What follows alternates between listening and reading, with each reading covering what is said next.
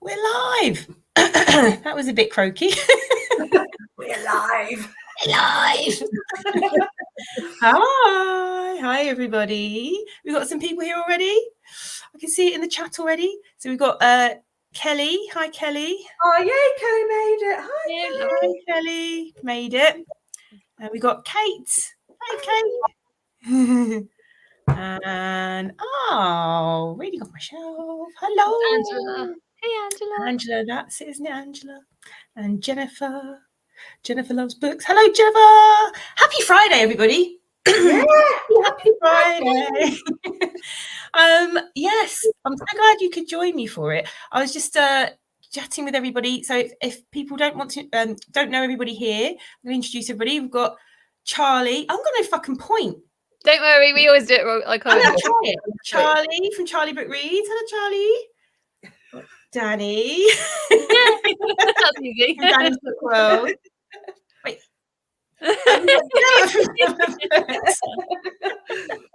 And we were going to have Alice, but Alice is unavailable. She's just last minute. And Ange, they both had things that just happened and occurred. So they couldn't be here. But we send them love and hopefully they might pop into the chat. Alice is here. Oh, right. Alice is here. Hi, Alice. What? Yes. Nice to see you. Some love. And we've got Zach. Hi, Zach.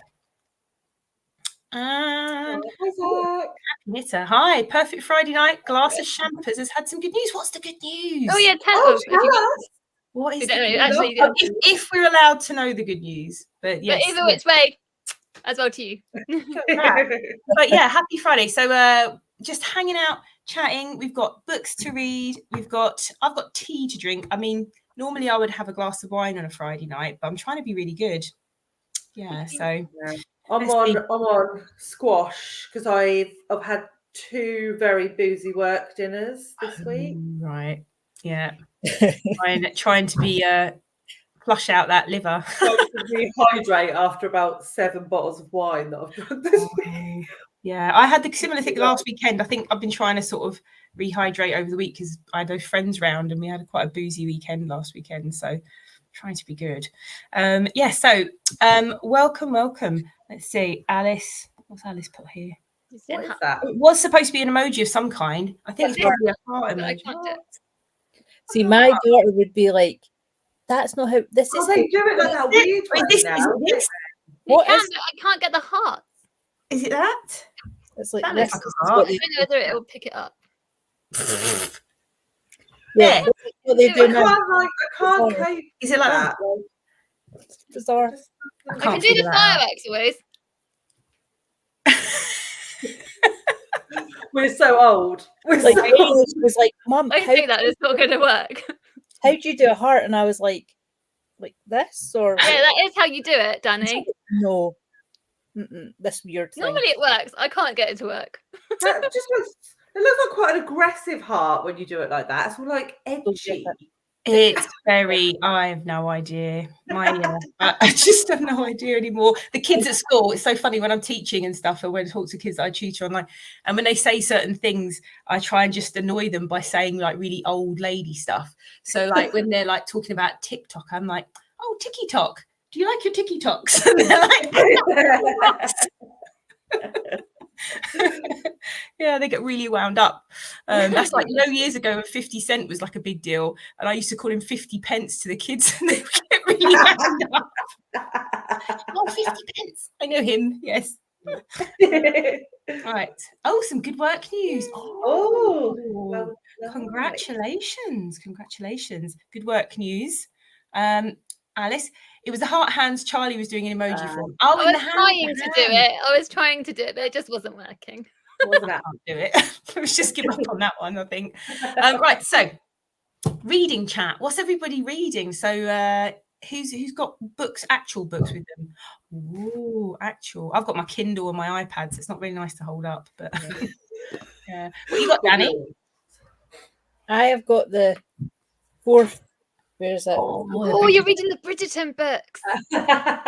One's in Penelope's story because I love them, and I saw it on my Kindle, and I was as you guys know, I've been in like the worst reading slump ever, and this is helping me get out of it. Such easy reading. Oh, What- that's so good. Are the books are the books good? Because like obviously I've watched the show, but I haven't read the books yet. Emily's read the They're books. But... different.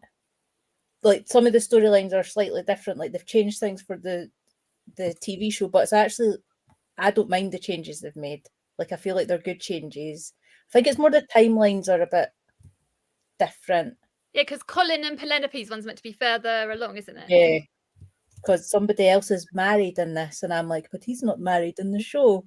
It's going to give you I spoilers. don't know who his wife is and That everything. is a spoiler, isn't it? Is that going to be? Oh, I can't remember the character, but is it Luke? Thingy in the actor's name, Luke. I can't Luke. remember.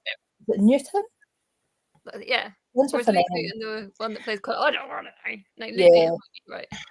I'm Yeah. gonna Google it. So I know Emily loves them, so I was like, I'll just give them a go. Well, if Emily likes it, you're probably going to like it. Yeah. Yeah. Emily likes pink books exclusively. Emily, if you're there, Emily likes pink books. She does like pink books. That is true.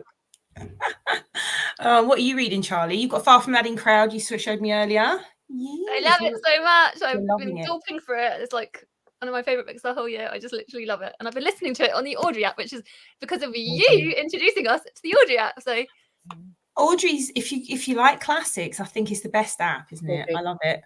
I think it's and so the good. narrator on it's really, really good. I'm really enjoying it. And what I loved about that is really it's a real page turner. Like plot, I'm at the tipping point where I just don't want to stop. I've been like, and I've been messaging Jem all day, poor Jem. I've been like, and Charlie. No, I love it, but my only issue, Charlie, is I've been telling you to read Hardy for like I know you 2 have. years. But I was like, it's going to be too sad for me. Obviously, this isn't one of his saddest books, even though I know, obviously, I don't want to say these spoilers, but like someone had just died. Well, there is sad stuff in it, but yeah, it's That's nothing. why I compared to started with that though. Dude. Because I was like, I hate Hardy. I'm never going to read Hardy ever again after doing A level Test of the D'Urbervilles, and then Gemma kind of her love of it is just like maybe go. Do you know what? Maybe that's why I wanted to try it this month for Misery May. I was like, I'm going to try a Hardy for my Dev's devotion. Yes, and it is Misery May, everybody. So if you're in the chat, are you reading any miserable books? Let us know. So just Far From the Main Crowd. I've got have you got like a stack of things or just a couple of things? No, I'm doing this one. I'll look on my because this is my audio book and my physical book. So right. Yeah, because you're into it. I'm also still reading Shadows at Noon, and I've got like a witchy. I can't even remember the name of it. I haven't even started it properly yet. Like a middle grade witchy book. But, so have you finished reading quite a lot of the Women's Prize books? We're not going to get into a huge Women's Prize chat, but I just wondered. I've still got. So I've got River East, River West. Yeah, I needed a break from it. That's what it was. I need. So I've still got River East, River West from the shortlist to read. From the fiction, and then I've got 3 more from the non-fiction. I'm really been really bad of it with the non-fiction shortlist, but I want to catch up because I want to read the Tia Miles one next, and I'm going to try and listen to Codependent. I think I'm not interested in reading Doppelganger because I feel like it's a bit too. I don't think that's a me book, but yeah, it's heavy going Doppelganger. I don't want to spend the money on it. So. Yeah, no, I mean it was on Spotify. That's why I listened to it on Spotify. Because Spotify Premium, if you've got Spotify Premium, you get 15 hours free audiobook listening on not all the audiobooks, but quite a lot. Yeah. So it's quite good. Although 15 hours for some, this is why you have to kind of pick what you're listening to, because 15 hours, some books are way more than that, especially the books I listen to be on for hours and hours. So what are you reading, Gemma? Women's Prize stuff? Or are you having a Women's Prize? Nothing for the Women's Prize at the moment. Nothing. But I still do have a few to go. I've only got Restless Dolly left from the shortlist. But yes, Restless Dolly, the controversial pick for the shortlist one that I really want to like because it's the one that I bought. But I've got, I don't know if you can see that, Self-Portrait Art as a Fellow, which is a poetry collection. Okay. It won one of the prizes. Did it win one of the? Is it the writers? It won something. A part of it. It's nominated for the Gelac. Yeah.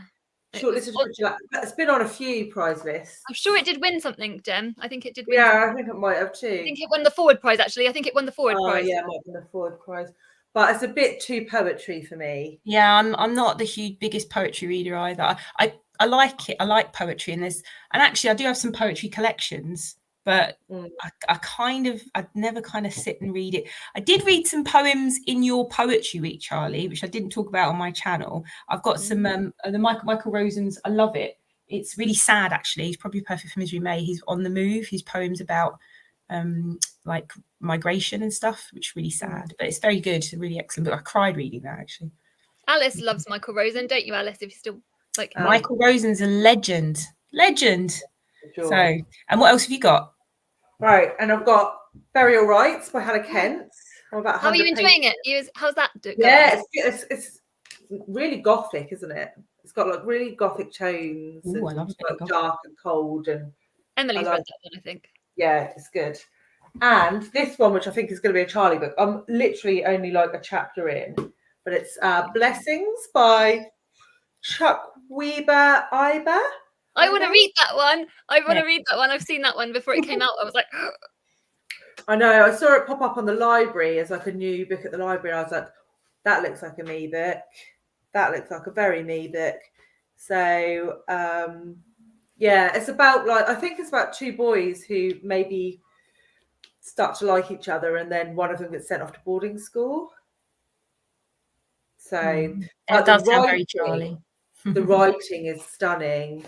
I think possibly a Booker potential. Oh, really? Oh, are we starting Booker predictions already? Wait, that'll be next month. Booker predictions will be next month. Get to that time. Are you actually going to do them? Are you going to do the predictions? I will predict, but I'll predict books that I would like to see on the Booker list, and then none of them will go on the Booker list. I feel like I don't know if I'm going to do predictions this year. I normally always do predictions. I'm like, I don't know. Do it, Charlie. Do you know what? I was just thinking about that comment on your Women's Prize video, Charlie, when someone said, when are they going to do a man's prize? And Gemma put it's called Booker. When I see that, it's called the Booker. If your name is, what was it last year, Paul? That was ridiculous last year. That is so funny.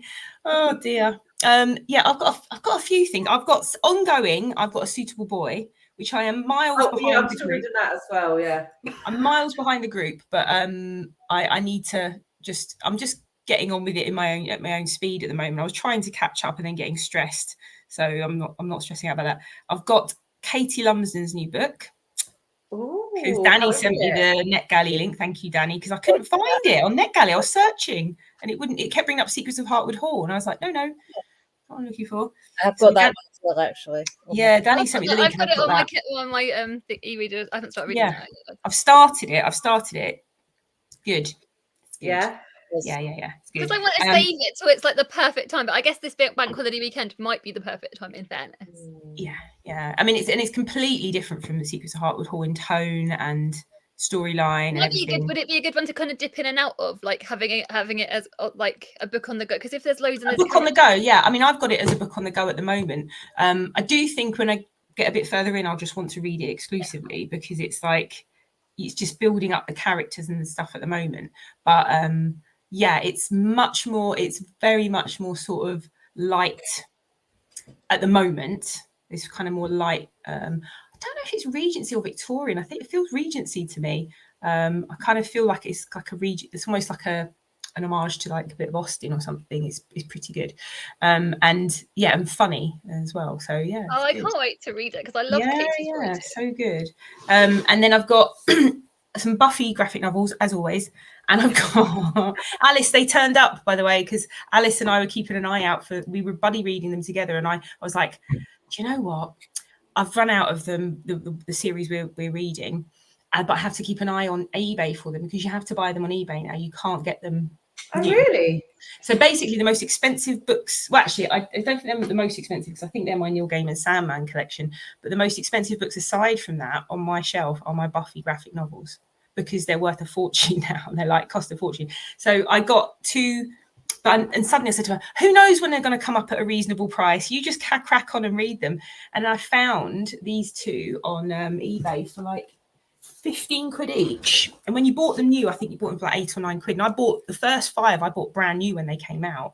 And now if you have all 8 of this is like all of season 8, people are selling them for anywhere between 100, 200 quid, for all 8 of them. Wow, for like anywhere between about 140 or 200 I saw them for. So these I got them for 15 quid each. And then I saw individual ones. If you don't buy the big set, individual ones, people are selling them for like 40 quid. It's like ridiculous. So when I saw them come up, I was like, gotta get them. And the last thing is I've got started is Boy Swallows Universe, which is it started on Netflix. It's an Australian bestseller. Oh, I didn't realise it's on Netflix. It's on Netflix. So I started watching it on Netflix. I was flicking around for something to watch that night when Dave was away and I was like on my own. I was like, oh, I want to start something. And I saw it and I was like, this looks good. So I started like looking at the trailer and started watching it. I thought, no. I looked it up and it's like a really best-selling Australian book. And it's totally a Gemma book as well. I'm sure I picked that up on Kindle. It's on Everand. Was it on? It's on Everand. Both the ebook and the audio are on Everand. And it's got like in the actual book, obviously / the book, he mentions loads of other books. It's like he's quite. You can tell Trent Dalton loves. He's a reader. Well, exactly, and it's like from the opening like page, it was like really good. But then Dave came home and started wanting to watch the TV show. So I am in the middle of the TV show at the moment, which I don't normally like to do, but the TV show is excellent. So I can't remember the name of there's a character in there that actually I can spot the Boys Was Universe on my thing. I've got it here. I'll read the little what's it for everybody, the description. It's set in the 1980s in Brisbane. Australia, 1983. Life is pretty tough right now for 12-year-old Eli. What with his mute brother, a convicted murderer for a babysitter, a drug-dealing stepfather, that's the one an incarcerated mother, and a long-lost father. Surely it can't get any worse. Think again. He's about to fall in love, break into prison, and cross paths with one of the most notorious criminals Brisbane has ever seen. It's a coming-of-age story, but it's harsh, like the TV show, but really also funny. Like there's humor, but it's like one of those. I love watching Aussie TV or Aussie stuff. They're really good at mixing humor and darkness quite well, and they've got that it's almost like a very British sense of humor in the way they are. So I really. The brothers' relationship is so cute in that. It's such a cute relationship with the brothers. Like in the books, I don't know how did you do the audio or the book? No, I read the physical. I'll grab my physical book. I'll grab it. Grab the cover. Yeah, but it's it's like apparently it's like a huge deal. Australia's a massive bestseller. Yeah, look. I've got a signed edition. Oh, amazing! Wow.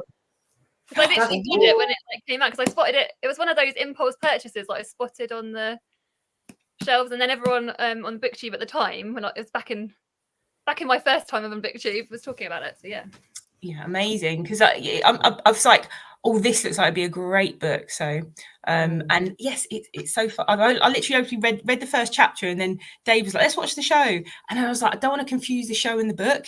So I'm watching the show, and then I'll probably read the book. I'm really tempted to read the book right now. So it's been ages since I read it, so I don't know whether I would, because I literally loved it so hard when I read it the first time. But then I know like other people have read it more recently. I think Shelley and oh really? Oh my god, my brain. God, Shelley and on YouTube. Shelley and Fraser both read it, and they love it. No, I don't think they did. Oh, interesting. So, I don't think it's a very Shelley book, actually. No, it's not a very Shelley book. And actually, the TV show is like everything keeps happening. I'm like, oh, that's harsh. Oh, that's harsh. And then Eli, the kid who plays Eli in the show, is amazing. He's amazing. Yeah, he's supposed to be 12 in the book. In the show, they've made him 13. I'm not quite sure why, but yeah, the kids in it are brilliant. I guess the themes of like. Because he swears a lot, so maybe there's like a PG-13 type rating in Australia, and it's like I don't know. Right, it's got lots of chat going on here. Zach's house sitting doesn't have any silly juice, but lots and lots of reading time. Good. Alice, Buffy season 8 part 2, and Strangers on a Train. Oh, that's the FOMO book, everybody. That's the FOMO book. Have you started it yet, Jack? No, I'm going to do lastminute.com for that because I'm going to have it in my head because I forget the details. Pink books. That's Emily with the pink books. Alice was here. She would be getting the blame for the pink books. Don't know why Alice gets the blame for it, but she always does. Because Alice does it and then we just all pile on. This is what happens. It's your fault. You do too, Danny. You pile on as well. Yeah, I'm part of it. Yeah. I think we're all guilty. We're all guilty. Funny enough, that was quite a pink book, Boy Swallows Universe. Yeah, it is, actually. It is. There I am, ribbing Emily, and actually it's me. I mean, it's very deceptive, that cover, for what the content of that book is. I've started All That Glitters by Orlando Whitfield. Writing literally sparkles, can't put it down. Non-fiction about multi-million-pound art fraud released recently. Ooh. I'm loving a bit of non-fiction at the moment. Far From the Meadow is so great. Actually, one of his most cheerful books, I hear. That's what I think too. How many have you read, actually, Gemma? How many I've only read 3. I've read Tess, Jude, and Mad and Crowd. Same as me. But Tess, so long ago, I blocked it all out. It was so you need to reread it, honestly. I think you would love it now. I've got my A-level copy over there with my little A-level 17-year-old scribbles in it. That would be that would be so fun to reread it and see what you wrote. I might read some to you later. It's probably going, what? I want to read it now. I really want to read Tess now. I'm like becoming a little bit more of a hardy. I've never seen the TV show. It's Tess and Far From the Madding Crowd. I've seen the film of that, but I've never read it. But I loved both of them, so I probably would like the books. I mean, I'm surprised. I was surprised that, first of all, I love Jude as well. It's so grim. I loved it. Jude and Far From the Madding Crowd. What I was shocked at was how readable and how much of a page, how plot-driven they were. Like with this, I couldn't believe how it's so accessible. I was thinking it was going to be really too dry, and but I love how he's written all the landscapey stuff as well, and all the descriptions of farm work, and I don't know, it's just loads of little bits. I love there's quite a lot of humour in Far From the Madding Crowd as well, with the farm workers. You know, the people, all the characters, all the extra characters. It's funny. It is funny. It has made me laugh a few times. It is very funny. I just love it so much. Except for I don't like him. No, it's do you know what it is? Because I read it, my buddy read it with Claudia last year or the year before, and we were talking about the fact that he's basically what's the word? It's like a modern day what's the word I'm looking for? Like a psychological drama, when you get a thriller, with some psycho man who's controlling the woman and gaslighting her. The sword scene. I was like, what are you doing? Wiggling around his sword. Yeah. Crazy. Read The Stoneyard by Charlotte Wood. Read it. Read The Stoneyard by Charlotte Wood. Was looking forward to it, but it's totally miserable. For Misery May. Yes, excellent. Stoneyard. I really want to read that. Kind of was like, that'll be one for Gemma then. I did think that sounded like a you book actually, Gem, because as soon as miserable was mentioned, James mental note taken. I think you would like her books actually, because she's written I've not read anything from her before. Hi guys. Hi. I'm reading The Street Lawyer by Grisham. Love a bit of Grisham. And Circle of Magic by Pratchett. Oh my goodness. Circle of Magic or Colour of Magic? Pratchett. Magic. I think Colour of Magic. I just finished a Terry Pratchett, which I was so chuffed to pick it up finally, because I have 1, 2, 3, 4 unread Discworld novels. 4, maybe 5. I think it's 4. And they're mainly the Tiffany Aching books, which were his books written for, they're kind of the Discworld kids books. But Discworld kids books are not like other kids books. So and I'd read the first Tiffany Aching years ago, and I was like, don't know, not fussed about it. And then the reason I put off finishing them is because the sequence of them, that you need to read them before you read the final Discworld book. And I've been putting off that ever since Terry Pratchett died. I'm like, I can't bring myself to do it, but I need to do it. I need to do just do it. How many books are in the Discworld? I think there's 41. 41. Yeah, and I've read loads of them multiple times. I mean, this is why I suddenly realised last year he was my favourite author. It just took me 30 years to realise, because I do have a lot of favourites. I never have it. I'm never someone who goes, oh, that's definitely my favourite. But I was looking at it, and all these videos, people were talking about, multiple books by an author, or I've read all of this author or whatever. And I was just like, you know what? I've got all of the Discworld novels plus lots of his other work as well. So he dominates my shelves, and I'm always, when I've got nothing to, like, if I've got nothing I want to read, I will always pick up a Discworld. I love that so much. Yeah, because it's like a little, it's just this world, and you know it, and it's safe, and it, like a comfort blanket for you. Yeah, it's lovely. So Jennifer's reading Trouble with Miss Montgomery Hurst, very much enjoying it. I am too. It's really interesting. Loved Michael Rosen so much. Such a legend. Love Michael Rosen. Yes. He's such a legend. I'm really in awe of Michael Rosen. I feel like he came to my primary school when I was little. He probably did, because he came to ours. I'd left by that point, but my brother remembers him doing chocolate cake. Do you remember the chocolate cake when he does that? And he's like, I went downstairs, and he does this stuff with the chocolate cake, and kids go nuts for it. And he came to the primary school I was working at, and he did it. And I filmed it for my brother. I was like, oh my God, look. Yeah, he's amazing. I can't really remember a lot of it. I just think I know. I'm fairly certain he came to our. Yeah, I've met him a number of times. Once was when he came to our school. Once was I went to the sort of reading event organised at Goldsmiths where he works, and he was there, and just obviously he was chatting to people, and it was quite like, oh, hello. And then I did for the 2018 or whenever it was, the general election. I was part of a party political broadcast for the Labour Party, because they did all public sector workers, and Michael Rosen was there in the room waiting with us and chatting with us all, because he was being filmed as well. So I was like, oh, he's a total socialist legend. People. I'm reading Animal by Lisa Taddeo. How is that? I read, what's it called? What was her book? Three Women. That one, yeah, I read that. I read that one as well, yeah. It was marketed. I really liked it. I really enjoyed Three Women.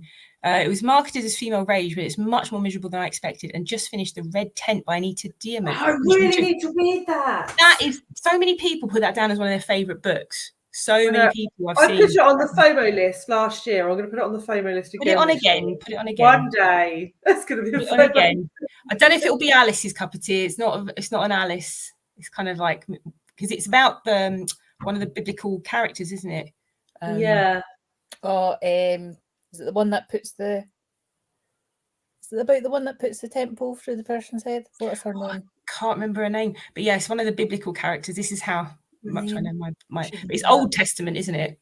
Mm-hmm. I did go to church and I did all that stuff, but I don't know. I can't remember. So did I, but I can't actually remember what her name is. That's going to bug me. Put it in the chat, Zach. And also, did you enjoy it? That's what we want to know. Jennifer loved Animal. Alice, no, not the Booker. All Alice needs to do is just read one book and then it'll win the Booker. That's what she did last year. Yeah. It's Dinah from the Bible. Dinah, yeah. Oh, I know that. I recognise that name. There we go. Yay, Buffy books are here. They're here, Alice. They're here. Yay. And then we go. Angie's here. Hello. Hi. I'm glad you're not finishing work after 9. I'm good. I'm pleased you're here. That's good. Zach, Jennifer loves books. Try My Friend Natalia by Laura Lindstedt and All Night Pharmacy by Ruth Madievsky if you liked Animal. Also check out New Animal by Ella Baxter and Last Night in Nuke. I've heard Last Night in Nuke. That sounds, I like all these recommendations you see bobbing up in a chat. Was that like an international booker thing, Last Night in Nuke? I feel like it sounds familiar. That was announced this week, wasn't it? The international booker. Oh yeah, the winner. It was Kairos. Yeah, by Jenny Everbeck. Love Pratchett's sarcastic humour. Oh the king of it, absolutely. And all of his kind of satire and his commentary on just how awful some people can be. I love it. He's so good. I started re-listening to his autobiography actually a little while ago, and I love the fact that he's got, because Neil Gaiman at the start of one of his books says, he was really angry, and you could just tell it when you read his books. It's like, he was people think he's this happy little pixie or whatever, but he was actually a really angry man. I was like, he was. He was. You can read it in his books.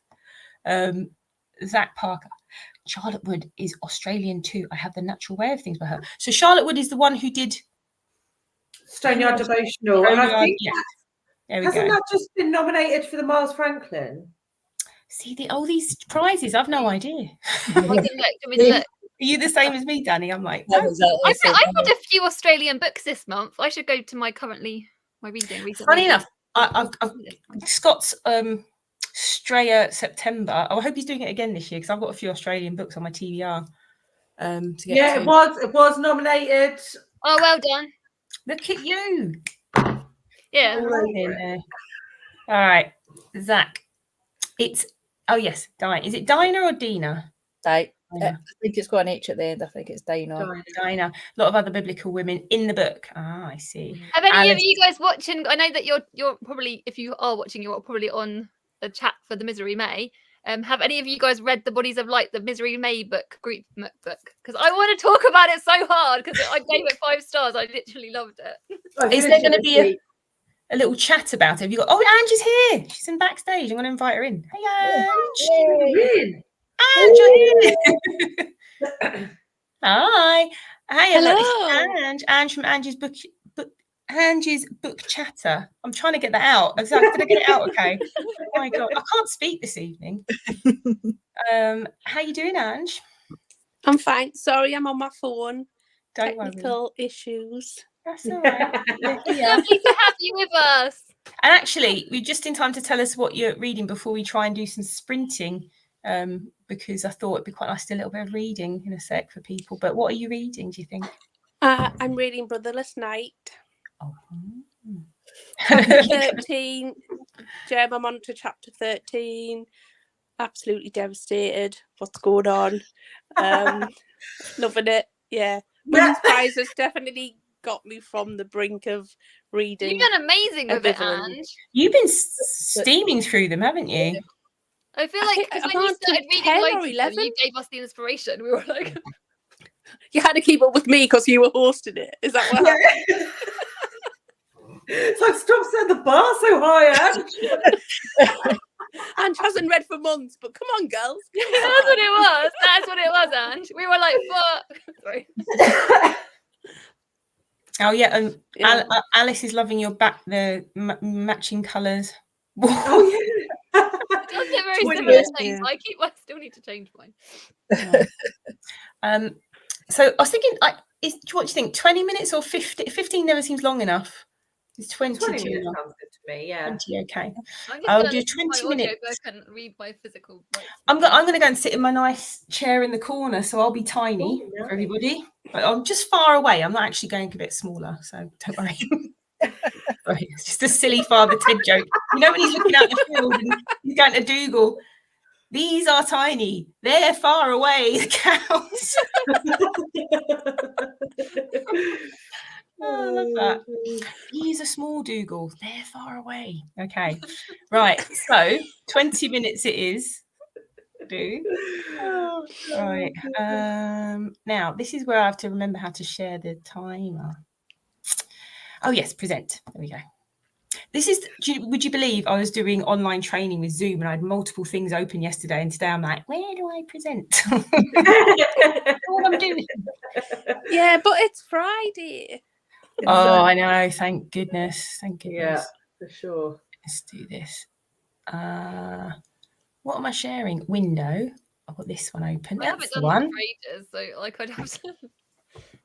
Ta-da! I did it. Magic. Right. So a little bit of reading for 20 minutes. I'll see you all then. Enjoy. Happy reading, everybody. Happy reading. Happy reading. Let's start this. Is it going to start? There we go.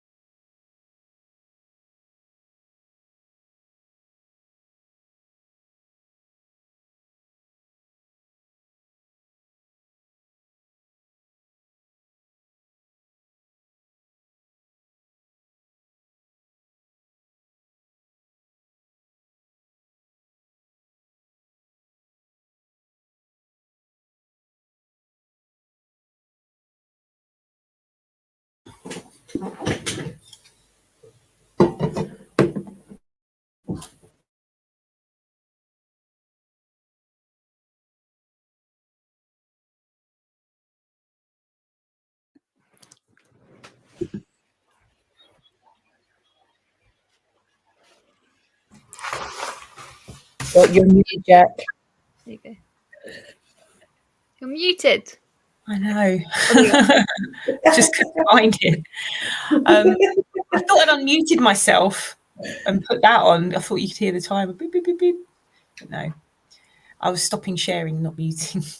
What are you doing? Good. Did you enjoy your reading? I had a revelation. That's good. Charlie, I was like, oh, what in what you've just read? yes, it was about Fanny. I'm not going to say anything else. Yes, lots of moments at the end of that book, actually. Sure. My goodness, yeah. How's everyone else getting on with their reading? I kind of read a bit of the Buffy comic, but I got distracted by a phone call from my mum. Oh, sure. Right. She's okay. I think she's okay. She couldn't hear me, but that's not unusual. So, I don't know. My mum's got these new like what they called hearing aids. I always say earphones, and I mean hearing aids. Yeah, and they're Bluetooth, so every time anyone calls, they automatically go into her ears. But it drives us crazy because then, like, if she's with anyone else, you can't to try and put it on speaker. It's like, oh yeah, it's really my mum's new ones. Apparently, you can fix them to her phone, and she wants us to do that. But I think it will confuse her because she's not very technical. I do think it is confusing my mum. I think my mum, she kind of likes it like a little bit, but then she struggles with like adjusting the volume of it. It's very clever, but yeah, like not very techy. But yeah, I just read the first part of the Buffy book, and I was like, there's something wrong in this book. Alice, we will talk. Something not quite right in keeping with the lore of Buffy, actually. So a bit like, that's not good.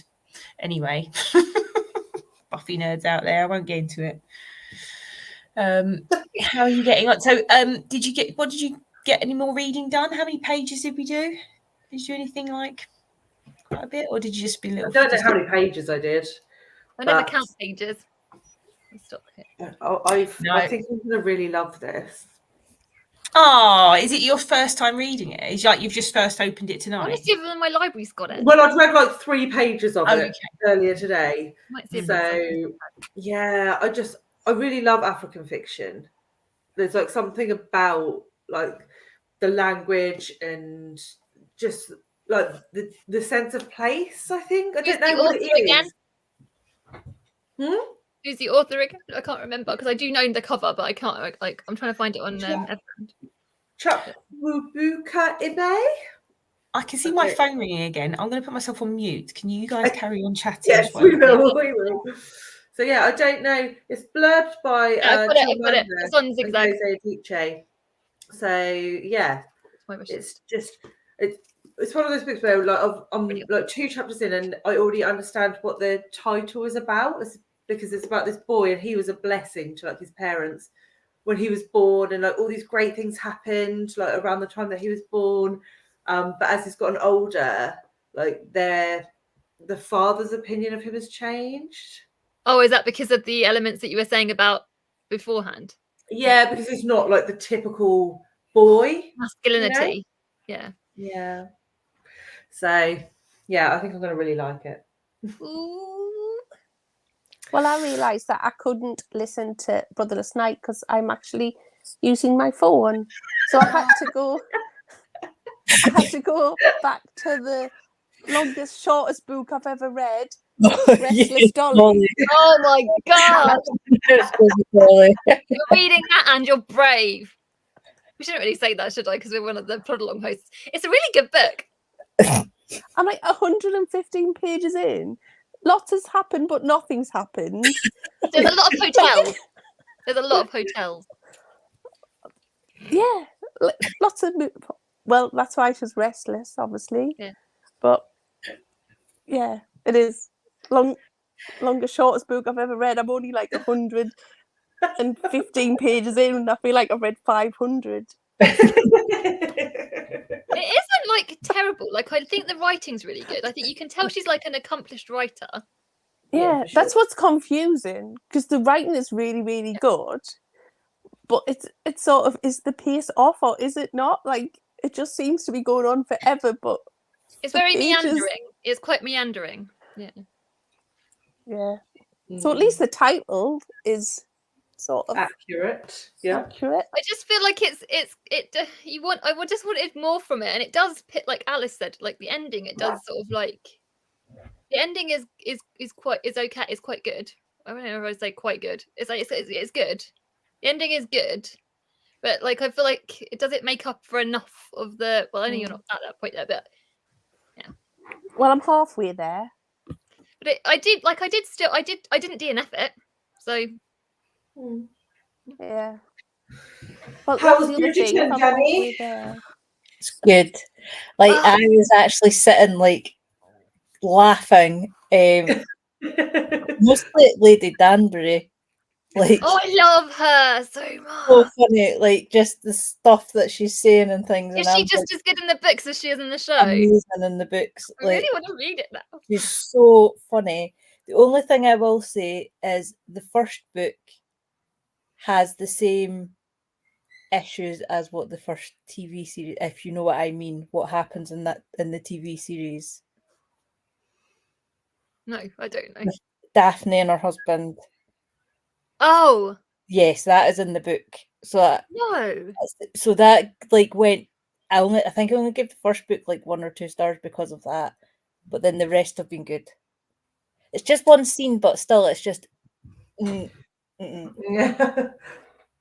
have watched this TV series; they will know what I'm talking about, and it's just like no, because it's written down as well. I was just like, don't like reading about it either, but yeah, but the side characters, so funny. Like I'm literally sitting. That means you're gonna find out what happens before the rest of us.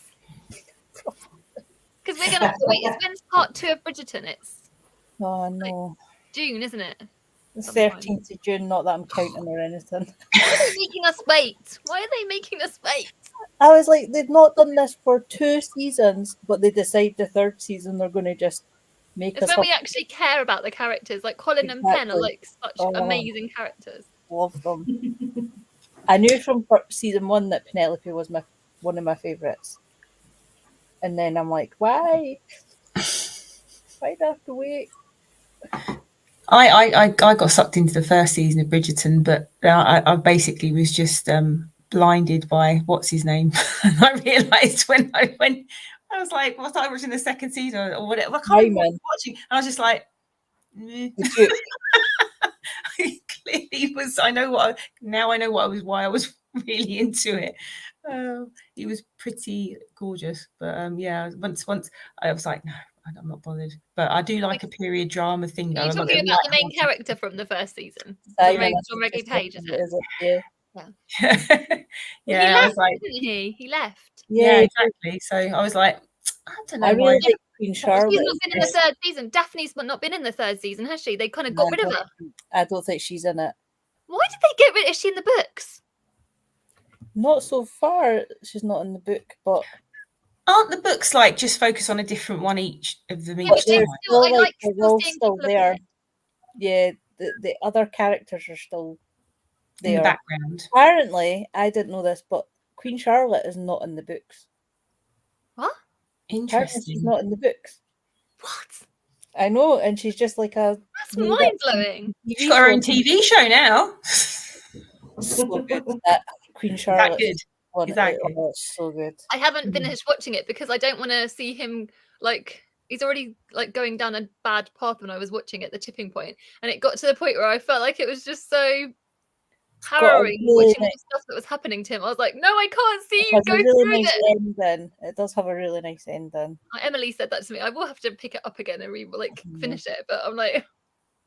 But yeah, it's given me what I needed, which was a bit of light relief to get me back into reading. It's making me laugh.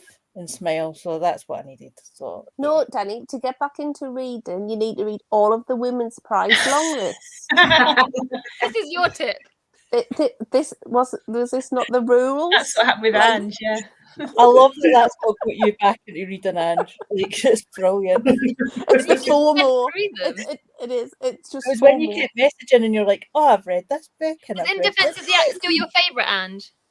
Yes, it is. It's the first one I read and it's still my 5-star, followed by Soldier Sailor.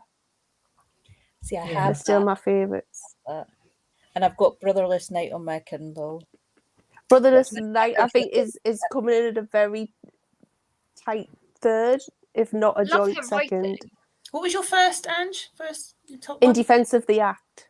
Ah, yes, I really want to read that. That was so In Defense of the Act, Ordinary Human Failings, and something else were the ones I was like most. I can't remember what the other one was. I was most interested in reading from the long list. Mm. Oh, and is it The 8 Lives of a Century-Old Trickster? That's Yeah. That Oh, that was good. Yeah, I think Brotherless Night might just be pipping that. Everyone seems to really like it. Brotherless Night. It seems to be like. I was so pleased that it won the Carol very Shields. Yeah. Wow. Yeah. Got some comments actually. Let's have a look.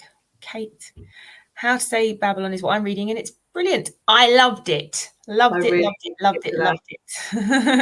I really loved that book. I don't want to read Final Adrian Mole, so I know where you're coming from with Pratchett. Yes, exactly. It's kind of like just because Sue Townsend sadly passed away as well, didn't she? So it's kind of like when there are no more books coming.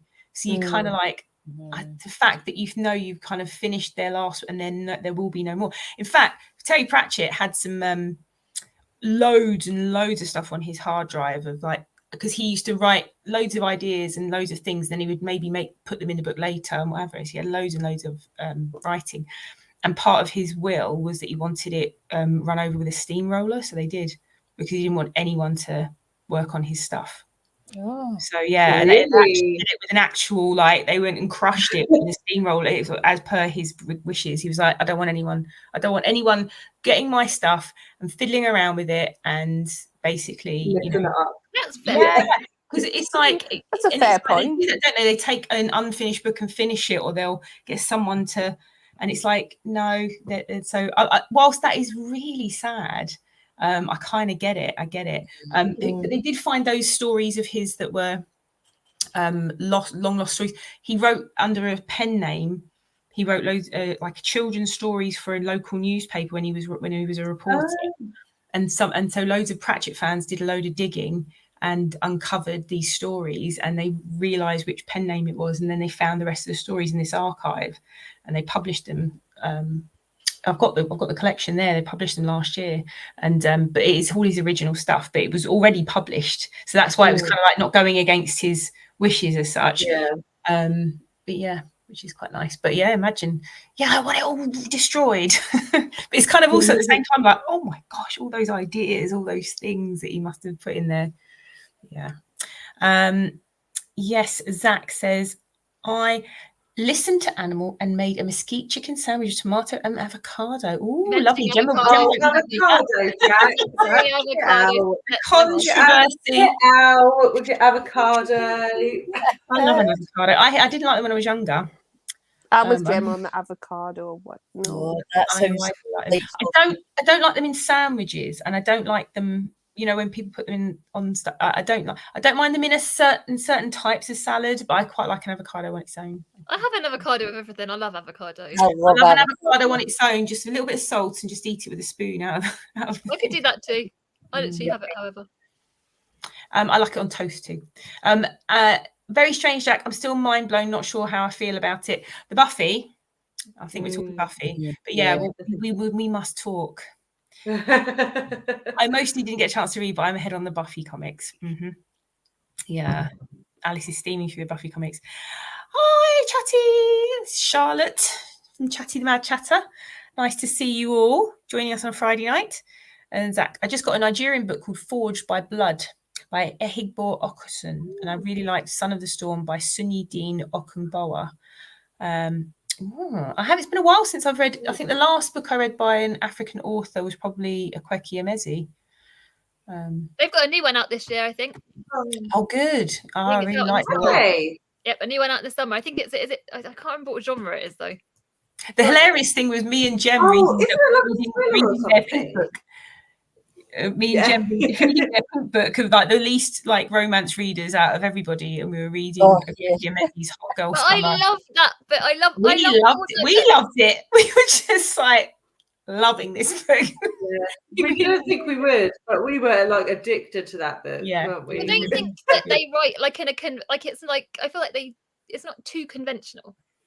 No, but it was definitely not too conventional, but it also was conventional because it had all those like you could imagine it as in some ways that you were getting those I don't know, like Crazy Rich Asian vibes from certain scenes, you know, with like big mansion, rich people, these things going on this island, and they've gone on like she's gone on this like paradise kind of holiday. So it kind of gave me those like in terms of conventionals things. It's like yes, take every really great dream kind of sequence from a like a romance, a hot summer romance, and put it into a book. And but it does talk about grief, doesn't it? Which I guess is what you guys liked. Is that like we loved it. We loved the whole thing because it was like the main character was very messed up, and then it was this kind of, and then just the whole thing was great. Like it wasn't your standard romance, but there was also a lot of your standard romance in there, because you could see it was like done really well, and it's like Emezi clearly has read steamy romance to be able to write some of the things. I feel like that was it was almost like a little homage to the sort of steamy hot girl summer romances. You know what I mean? That's what I felt like it was. Yeah, for sure. I feel like they always do the heart elements perfectly, though. Like the people heart elements, which is what I always like in books anyway. I like all the plot, but that I was like perfect. And I loved the whole I've totally bought the romance, I did, and I loved the descriptions of what it's like to live with social anxiety or anxiety, because I was like, that is exactly what it feels like. That's exactly Have you read Emezi's memoir? No, because literally they talk about their mental health in it, and I'm like, yeah, so it's quite, then you can get like as well. Yeah, you're back, Ange. It's embarrassing how little African authors I've read. Like considering I am half African. Like, I really fix that, Daddy. Fix it. I need to fix it. It's bad. It's really bad. And then every time you're talking about these books, I'm like, I would love that. Like, I know you would love the Akwekie Emezi book. I think you would love You Made a Fool Out of Death with Your Beauty. That one. Like that. Pet as well. I loved Pet. Yeah, Pet's really good. I really loved Pet. I thought it was great. I haven't read the follow-up. There's like a It's like a prequel. Is it a prequel? Yeah. That is amazing. He absolutely right that he did. Oh, they're talking about it's a prequel, but you get more out of it if you obviously like read Bitter. I think Pet's great. Pet's really good. The new Emezi is called Little Rot, and it is actually set in Nigeria, in the elite underbelly. I'm just like, I'm getting it. I've literally read all their books so far, so I'm like, I loved Vivek Oji, The Death of Vivek Oji. That's brilliant. That is a brilliant book. Didn't love and actually DNF'd. Can't remember the name of it. Freshwater. Yeah, but I can understand, because that's a little bit more. It's it was a bit too out there for me. I was just like, I'm not getting. I kind of get what's going on, but at the same time, I don't want to do the work to unpick this book. So yeah, it's a little bit more inaccessible, I would say. Yes, exactly. Okay. Author's name is Suyi Davis Okunbowa. Hopefully, I'm pronouncing that correctly. Yes, so Chatty was talking about Perry Pratchett. That's amazing. He's absolutely right that he did that. No one could do him justice. Exactly. Yeah. I really hope they hired the steamroller and had to explain why they wanted it. Oh, you've just finished Keedy by Elle McNichol. I've read that one. That's really good. Did you enjoy it? Yes. Yeah, because I've not picked that up yet. I loved It. Kind of Sparks is one of my absolute favourites. Also rereading I really need to get to some more Brandon Sanderson. I Oathbringer's my next, because it's the third book, isn't it, in the Stormlight Archive, and I've yet to read it, but there's so much going on in that whole series. I'd have to watch or read a synopsis, because it's just, I'd be like lost now. It's been like 3 years since I read the last book. Such a brilliant series though. Anyone's a fantasy fan, Way of Kings, amazing. I've never read any Brandon Sanderson. Where do you begin? If I were you, I would start, I'm not, have to say, I really like Mistborn trilogy, and I love his Stormlight Archive, which is his kind of like really big series. And actually, I think Stormlight's kind of like sort of if you're looking at entry level fantasy, that's not it, but Mistborn is.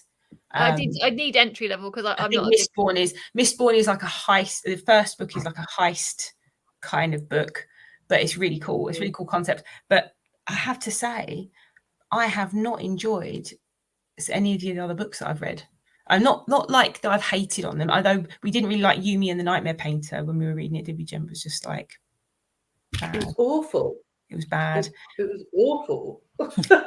Yeah, it was bad. Don't hold back there, Jem. Say what you feel. I'm not sugarcoat is everything, Jem. Yeah. And have you read any Brandon Sanderson?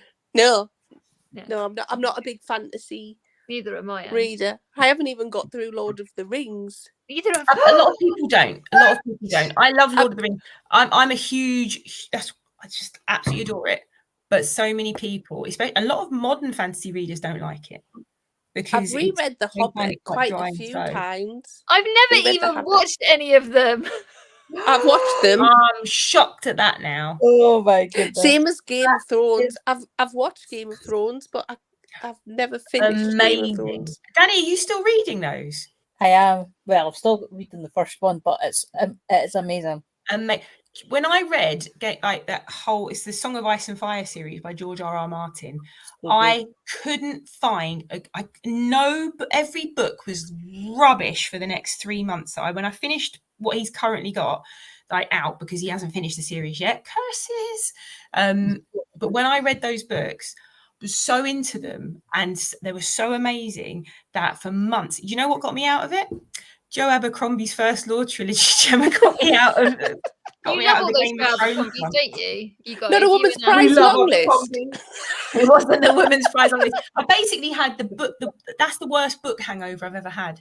Was when I finished the whole Song of Ice and Fire series, and I was like, these are hands down some of the best books I've ever read in my life, and I still stand by that actually, because they are amazing. They're so amazing, and like even though there's so many different points of view, you don't get lost. No, in each perspective. Yeah. And I think this is kind of, you know, the way Abercrombie writes from a different perspective for each chapter, Gemma. That's totally George R.R. Martin style. That's what it does. And it's like totally that, isn't it? It's like you could see. Yeah. So like you say, Danny, every chapter, you look forward to certain people's chapters, but every chapter's good, because you'll just have the name of the character at the top of the chapter. You're like, oh, we're back with them again. Like, you know, it's just you get sucked in. It's so good. You're a wild one though, Danny, because you live the other side of the wall. Yeah, you've been sent to North to take the black. Just saying. I think the thing, I've never finished watching the TV show, because I watched the first few seasons and it's brilliant. Like, it's a brilliant adaptation, absolutely fantastic, up until a point, and then it started getting to a point where the books have kind of got to, and I was like, I don't want any potential spoilers. I know that he's saying it's not going to be the same, like it's going to be in a different direction, but I was like, you can't take it in that much of a different direction. I'm waiting for the book, and then 13 or 14 or 15 years later, whatever it is, I'm still waiting for the next book. It's like, why have you not written that next book? He's not going to do it surely now. Surely, that's it. I think there's too much pressure. Yeah. It's like the way what's his name, Patrick Rothfuss as well, The Name of the Wind, that trilogy, again, same length of time pretty much. Been waiting for the final book in that trilogy, and I think it's the same thing. It's pressure. I was listening to a podcast, and people are like, if he does that last book, they think he's just going to write it the same way as the TV series ended. This is what I think, but this is why I think it's not come out. I think the TV series became such a huge thing, and he was and he's obviously had some input into it, because they're not going to write it without his input. So I'm just like, and this is why I've not watched the end of it. not watch the end of the series because I'm just like, no, I'm waiting for the books. The books kind of, I think it's like season 4, maybe. The books kind of caught up with the books. So yeah, I'm just gutted.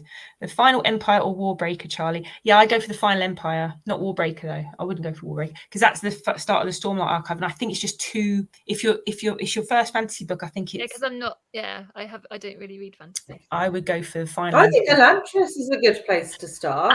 Now I've not read Elantris yet. What's Elantris? Is this about the standalone? Isn't it? It's a standalone. That's the one I read. Oh my god, was it last year? It was last year. It's really good. These books? The problem, this is another thing. They're massive books, aren't they? Yeah, but they read fast. They're plotty. They do, yeah. They're pacey, and also you have been reading some fantasy, though. It's not like, I suppose it's more like they're not just fantasy books, but you've been reading some Pratchett. I know that, and again, this is a Jack thing. So thank you, Jack. Yeah. I like. This is what I think. I like cozy fantasy, and I like cozy crime, and cozy fantasy. These are the, Yeah, because I sent you that, and I sent you a Jasper Ford, didn't I? Have you read all of these Cozy? Cozy. That's cozy fantasy. Legends and Latties. Legends and yeah, Latties. I like that. Yeah, you're right. Oh, yeah, I read that. I like that.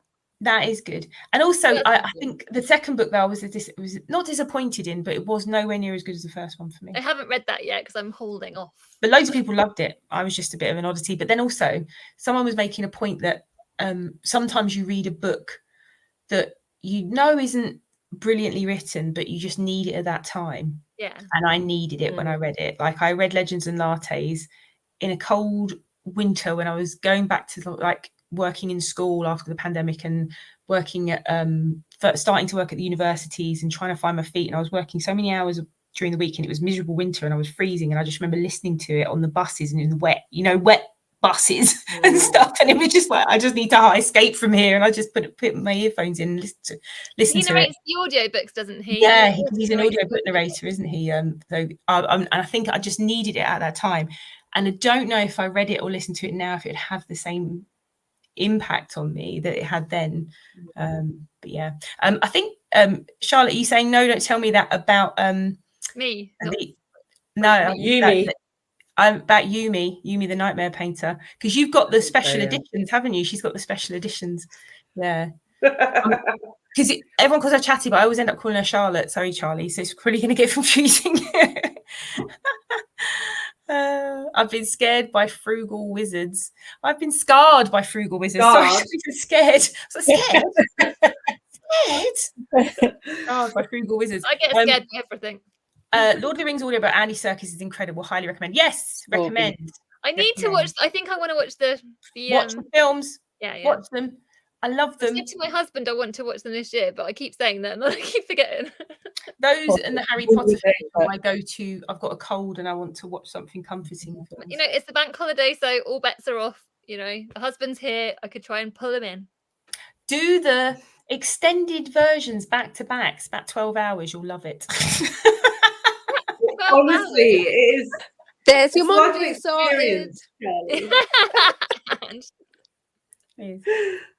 I call Brandon Sanderson Banjo Sandman. To me, is the definition of bland. I've read the first 2 Stormlight books and Elantris.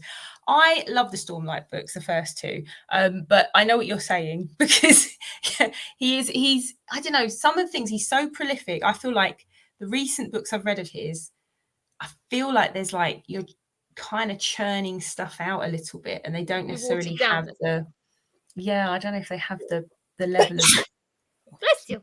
I don't know, whatever. Yeah. Brando Sando. Love the first 3 Game of Thrones books.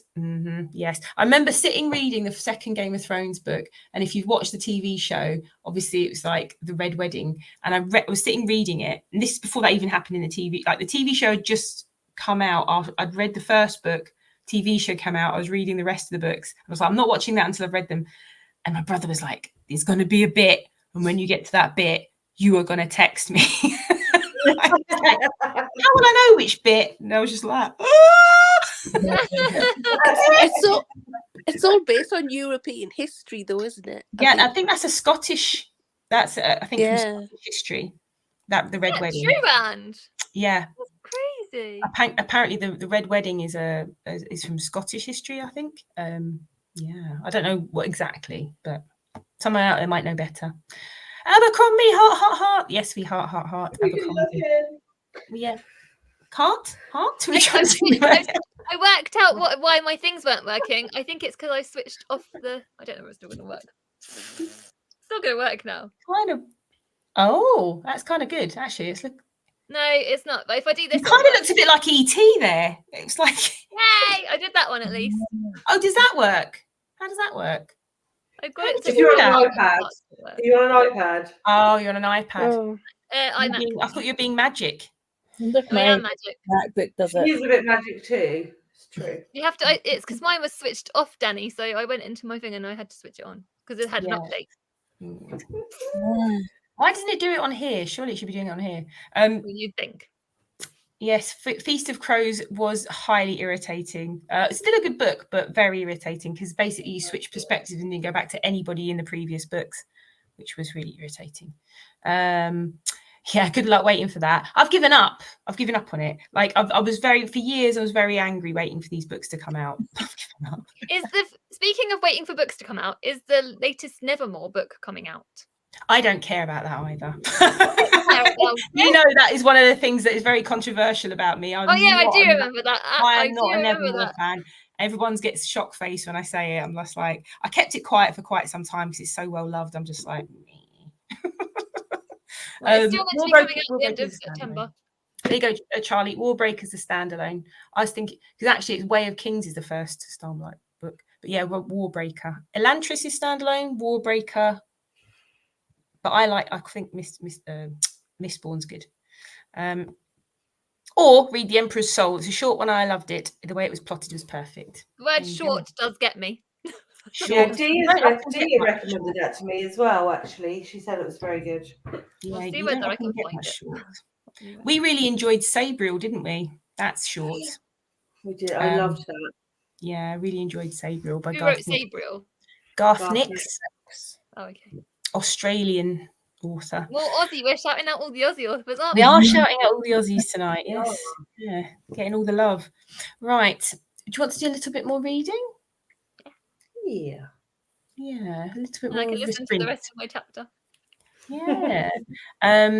I'll set it up. Let's see if I can manage it without just muting myself, turning my camera off or something. Right. Oh dear. Right, present. That's it. She actually wants your hot take on Nevermore. My hot take on it. I don't like it. That's the hot take. I think it's an unpopular opinion. To be fair to the book, I didn't finish it, but that's because I was just like. But it has a Magnificat named Faye. Yeah. I like, I love a cat in a book, and I love a magical cat, but I found it very. It started well. I love the premise, the opening, when she's got this curse and she's like, blah blah, and it goes to this world. North. And then it was just very much like, do you know what it reminded me of? And I think, have you read the Crestomancy books? Was it you, Gemma, who was saying you tried to read Crestomancy, the Diana Wynne-Jones books? No. Diana Wynne-Jones, who wrote Howl's Moving Castle, wrote these books, Crestomancy, and it kind of reminded me of those. And when I was a kid, I didn't even like them because I tried to read them and I was like, no good. But it's like this the kind of children's book where, I don't know, it probably got better because so many people love it, but it's the kind of children's book that I just don't personally enjoy because stuff happens, but there's no kind of real reason for it happening, and it just seems like a load of nonsense. Like, that's my hot take on it. And I can suspend disbelief. I'm a huge fantasy reader and everything else, but I do need some sort of like real. It needs to feel real to me, and it didn't. Yeah. Which is a weird thing to say about a children's fantasy book, but there you go. But I've got me, I love children's fantasy. I've got loads of it, but that just didn't work for me. And because it's so long ago, I can't give you specifics right now. But if you want me to hate read it and just broadcast what I don't like about it, I can do that. I will just wholeheartedly love it. Yeah, loads of people do, because I was like, surely this isn't the next big thing, and then everyone's reading it. I was like, what's going on? The hotel adjusts to what, like, to her, it becomes a whole room. She wakes up and it's different every day. I mean, I want my bedroom to do that. We all do, yeah. But I mean, you know, the thing is, I don't want to sort of hate on it because I know people love it, but yeah, that's my hot take. Is it just didn't do it for me. It's funny though. I always like seeing a salty Jack. The thing is, I'm very rarely salty about books, but and that's why I've never really talked about it on my channel. But I'm willing to probably be like, you know, found to be wrong if I read it again and do love it. Maybe I should.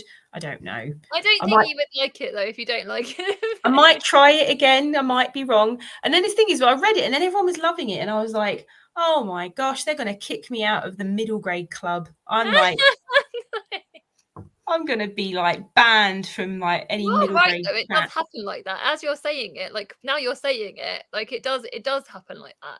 It doesn't really have a lot like.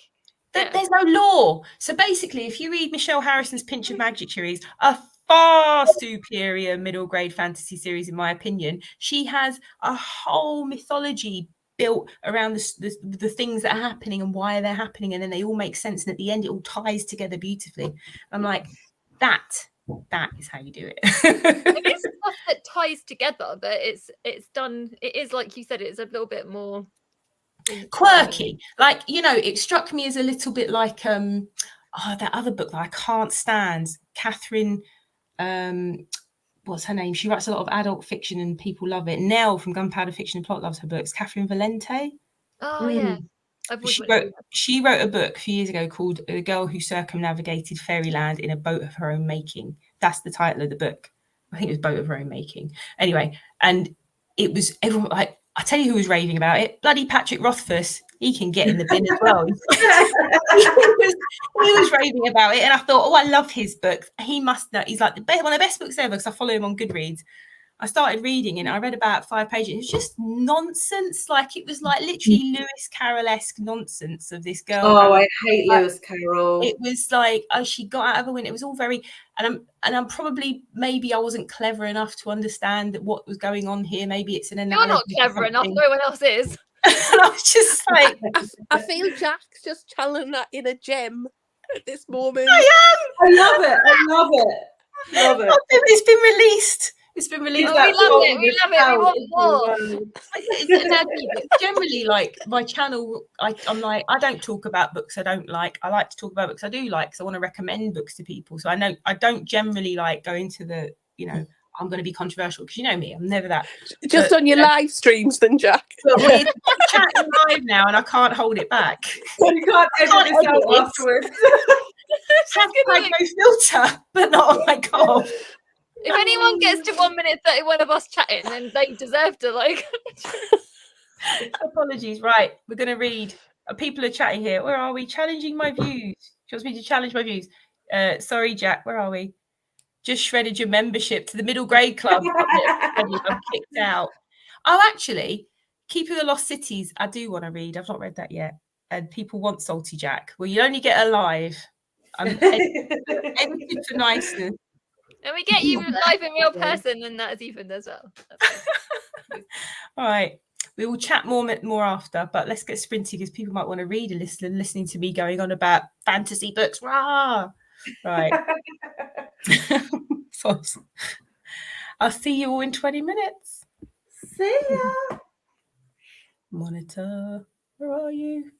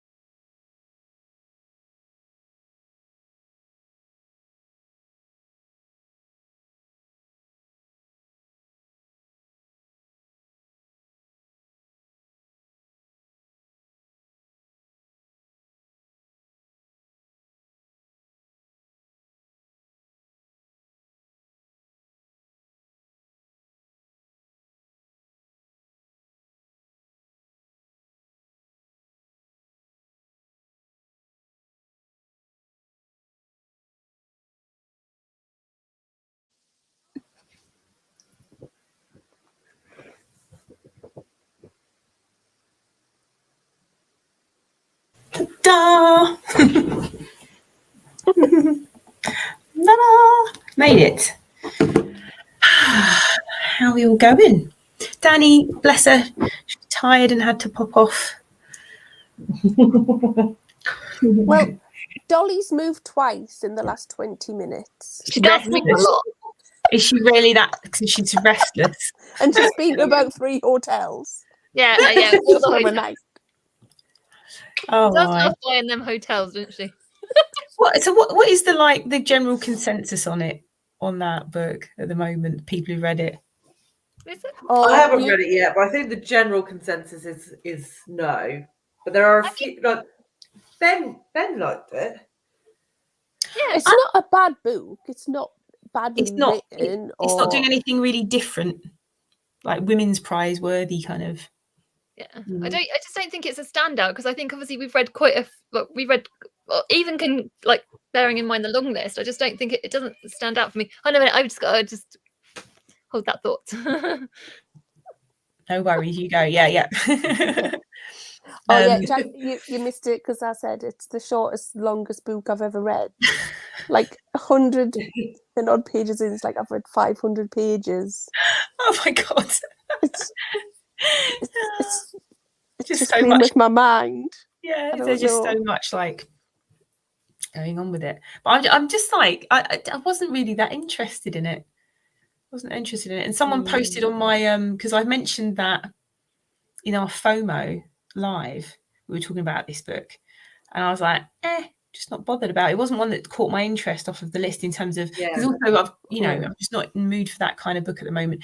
I love historical fiction and stuff, and then someone had put something like that they suspect it got shortlisted because of the body of work. What? Yeah, and because that author's just gonna come over for the live event because of it. Oh. Yeah. So yeah, that's what they put. They were like, interesting. I'll find the exact comment, but it's on my our last FOMO live video.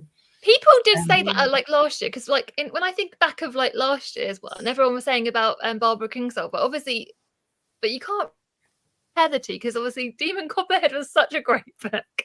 So but people were saying, she's going to win because of the body of work, because obviously she has got a huge body of work. Kate Grenville has, doesn't she? It says here, I think Dolly Maunder is on the shortlist because of a key Aussie guest at the WP Live in June. That's what it says here. That's just someone's viewpoint on it. And I was like, interesting opinion. Interesting. What did you say, Anne? I said an interesting opinion. Yeah, I think it's interesting. I just thought, I was like, maybe. But who knows? I think the whole I think it's legit. I think, like you said, the body of work thing, but it's not a prize for that. It's not like a lifelong prize, is it? It's a prize for no, it's not meant to be. Yeah. It's not meant to be. I'm a bit scared to read Demon. I haven't read Demon yet either. It sits there.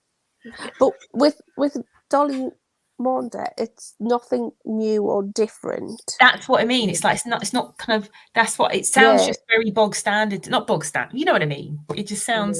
I think even in comparison, The Maiden, which was historical fiction, had something a bit different around it, sort of the way that it had the different sort of newspaper reports put in and was taking you backwards and forwards. Play with form. Yeah, where Dolly's not doing that.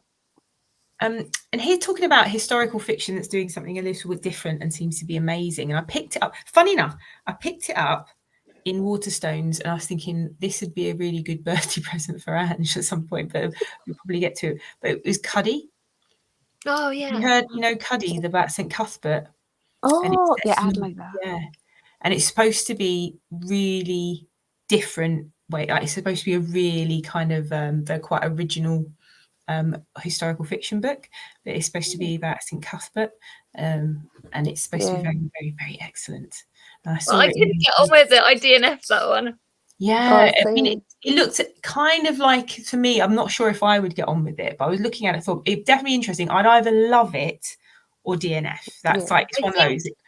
Because people said that's really great on audio as well. So I think if you can get the audio book, just because of like the beginning bit. I think it's meant to pick up after the first third is very. I don't know. I think that's harder to get into. But if it's quite rooted in the actual history of it, it's probably quite difficult. But that's what I would find interesting. Yeah, the beginning bit's like not in a play. It's like, is it like the beginning bit? I can't remember. It's like I've deleted it out of my head. It's either poetry or like play. The beginning bit, and it's so I just couldn't. Yeah, but because I have been listening to get out my reading abyss. I've picked up listening to the Last Kingdom series again, on audio, and I've started to do it one after the other, which is I've never done that for quite a long time. Just that's good though. Jump from one book to the next book. Because then you're reading properly by Win. Yeah, I love Bernard Cornwell. I really need to read that series because I love one of my favourite series of all time is his Warlord Chronicles, the Arthur books that he wrote. So amazing. I love Bernard Cornwell's Warlord too. Because basically I went through a big phase of, and I still really love the Arthurian legend, but I went through a massive phase of reading anything that was based on King Arthur from about the age of 13 until about the age of 30. I was just like, if it came out and it was about King Arthur, I read it. And that's one of my favourites because it's very different retelling. And it's very kind of like, well, what if there was someone called Arthur? Was he a king, or was he just like a warlord who managed to like band the British together against the invading armies after the Roman legions had left? And like that because it's a legend for a reason, right? It's like and that's Bernard Cornwell's kind of imagining it. But I love that series, and that's why I thought with Cuddy, because it's set like before the Vikings are invading. Like he's Anglo-Saxon, isn't he? He's an Anglo-Saxon saint, and it's set. Because his bones were like on Lindisfarne, apparently they hid them from the invading Vikings and stuff. Yeah, so I thought that period, I was like, that's very much Ange loves a bit. They used to move them around. They used to move them around. I think they were in Durham. If at some point they just it's supposed to be beautifully written, but it also looked very, what's the word, experimental in some ways. So in some ways I'd either love it because if I get on with it, or I'd be like, not for me. He's quite a prolific writer, isn't he? He's knocked out loads of books, and he's got like more coming out, and he's like, really, he's another one that's written quite a lot. Now I feel like he's always like a book of potential. If ever he's written a book, it's like always. Yeah, and that's kind of the sort of, I thought that like struck me as some sort of a bit different historical fiction. It's a bit different. I mean, I can't remember who was talking about that recently on their channel, requesting it. I think it was Shelley, actually. She was requesting like historical fiction with a twist, like something done slightly differently. Yeah, Roz loved that book. I think Roz and Bob both loved Cuddy. Oh, really?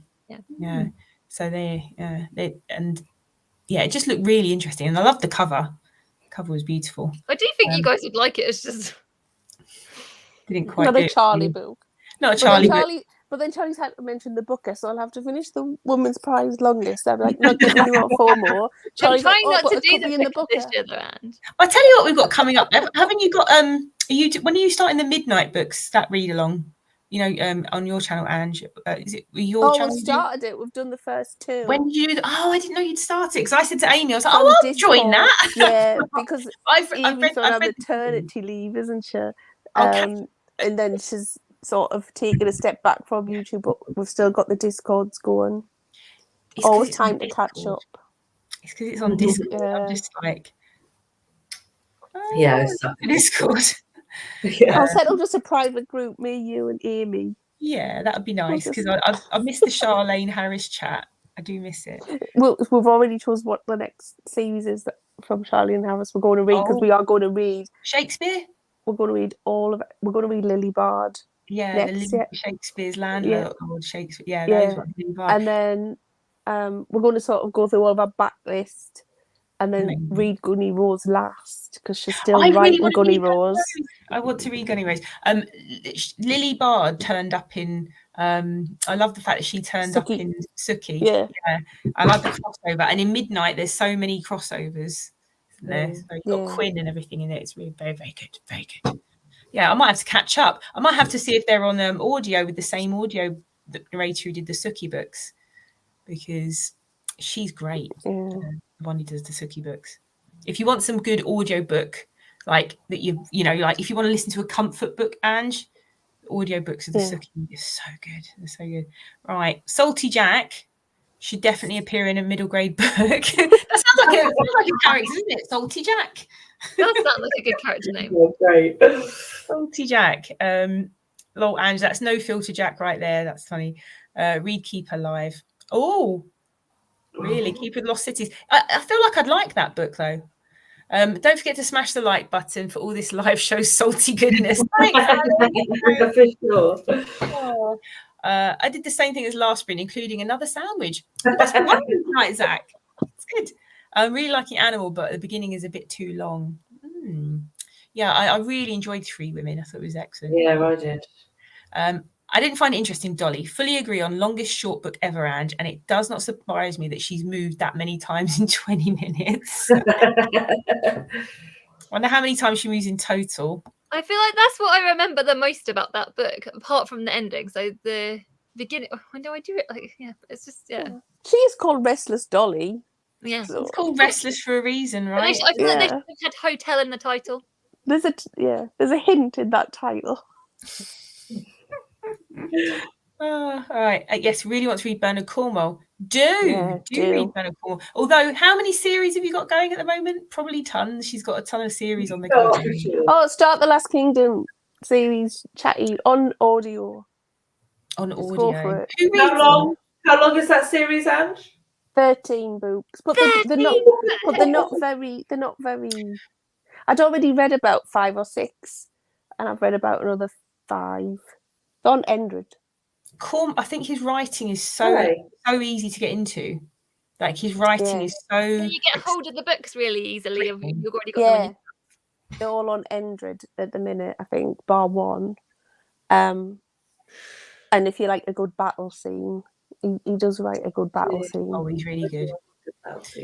Oh, I love his the King Arthur books. The first one is The Winter King, and it's all told from the perspective of a Saxon who was captured as a child called Durfal, and he tells the story, and he's living as an old monk in this like monastery, and he's telling the story of his life. It's like that kind of book. It's like that sounds great. That's the sort of same premise as The Last Kingdom, as a Saxon child, Uhtred from Bebbanburg. These are some cool names.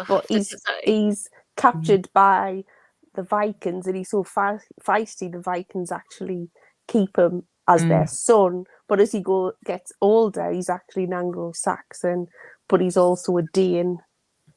And that dual identity, and then all the different battles that eventually form England.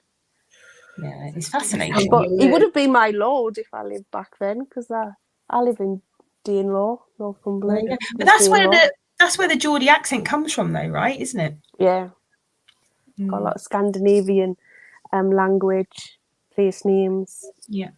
Well, the one I was just reading, they actually stop off at the River Wear on the way up to Bebbanburg, Bamborough, which is now Bamborough. So I was reading it. I was like, they've stopped off here. Had a nerd moment. I love that. I always get nerdy about stuff like that. When I read the first Shardlake book, I was on jury service at the Old Bailey, and that's where his offices are, right? And I was like sitting there reading the book, and in the book he's like on his horse going down, I can't remember whatever road it was, and I was like, oh, like here, just here. It felt very atmospheric. I was like, because the River Wear takes you to Durham, so of course the Vikings had Durham, so they had to come up the Wear to get to Durham. It's amazing, really, like that. All the different people that have invaded Britain has had such an impact on it. And because I was doing some training yesterday for teachers about phonics, and we were talking about like how, English is such a complicated language to learn. There are lots of words, and there are far more phonemes per grapheme, which is the written letter, than there are in lots of other Western European languages, because like Spanish is very phonetic and that kind of thing, and English is just not. But it's like the sounds and the different things are just from here, because it's an island, so it was just invaded so much, and it's just Yeah, it's amazing, really, like the whole history of it. And I'm really looking forward to if we go to York. Yes, north and faces. I've not been. Is it Jorvik, the Viking? The Jorvik Centre. We used to go there on school trips. We used to take you to the Jorvik. Well, because because it's. I think when you're younger in primary school, they link it to your history that's close, so you can sort of visualize it. So, of course, York's the closest to go to the Jorvik Centre. Yeah, I'd like to go to the Jorvik Centre at some point, though. Probably just be going to buy books when we go. My memory of the Jorvik Centre is that they had the authentic smells. And it absolutely stunk, and I was I don't think I want to be a Viking after all. Who wants that? Who wants that stench? No one. I don't want to be that. I don't want it to be that real. I don't want history in my nose. I'm going to check whether they still do that, or whether that was only allowed in the 80s. There's probably like a health and safety law. Yeah, that's brilliant. That's so funny. I love it. Oh, Alice says, the whole book makes you restless too. The Dolly Maunder, Restless Dolly. First 2 Last Kingdom books. Wait, let me say that again. I have the first 2 Last Kingdom books. I love the TV series. I've started watching the TV series as well, actually. Maybe we'll start next year. 13 is fine. Hobb was 16 and worth every book. Hobb is amazing, Robin Hobb. I still haven't read any Hobb. I feel like I'm missing out. Oh, mate. Ship of Magic. Although Charlotte's probably going to say to me, no, you have to start with Farseer, because everyone says Farseer. But well, I have the first Farseer book, Assassin's Apprentice. I have that on my shelf. It's very, very good. I've got to reread Farseer because I liked it a lot and it's brilliant writing, but I didn't love it the way I absolutely fell in love with the Live Ship Traders trilogy. Is just fantastic, absolutely brilliant. But you can read them all; they are interconnected. But there's some you have to read later. But some you have to read after certain ones. But yeah, from what I know, I've only read the Rainwild Chronicles, the Live Ship, and the Farseer trilogy. So yeah, it's like there's a lot. But I'm beautiful. surprised you haven't got all of them on your Kindle, Gem. Kindle Gems. Usually when I have like Kindle of Dreams series, I try not to buy the rest of the series until I've actually like. Is that actually true, Gem? Is that actually true? Is that actually true? I can't believe that. Not in all cases, but I do try. But sometimes if I see a deal,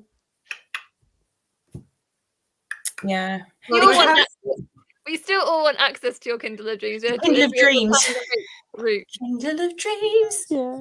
Or Nightmares. I'm never going to read all these books like ever. We're gonna.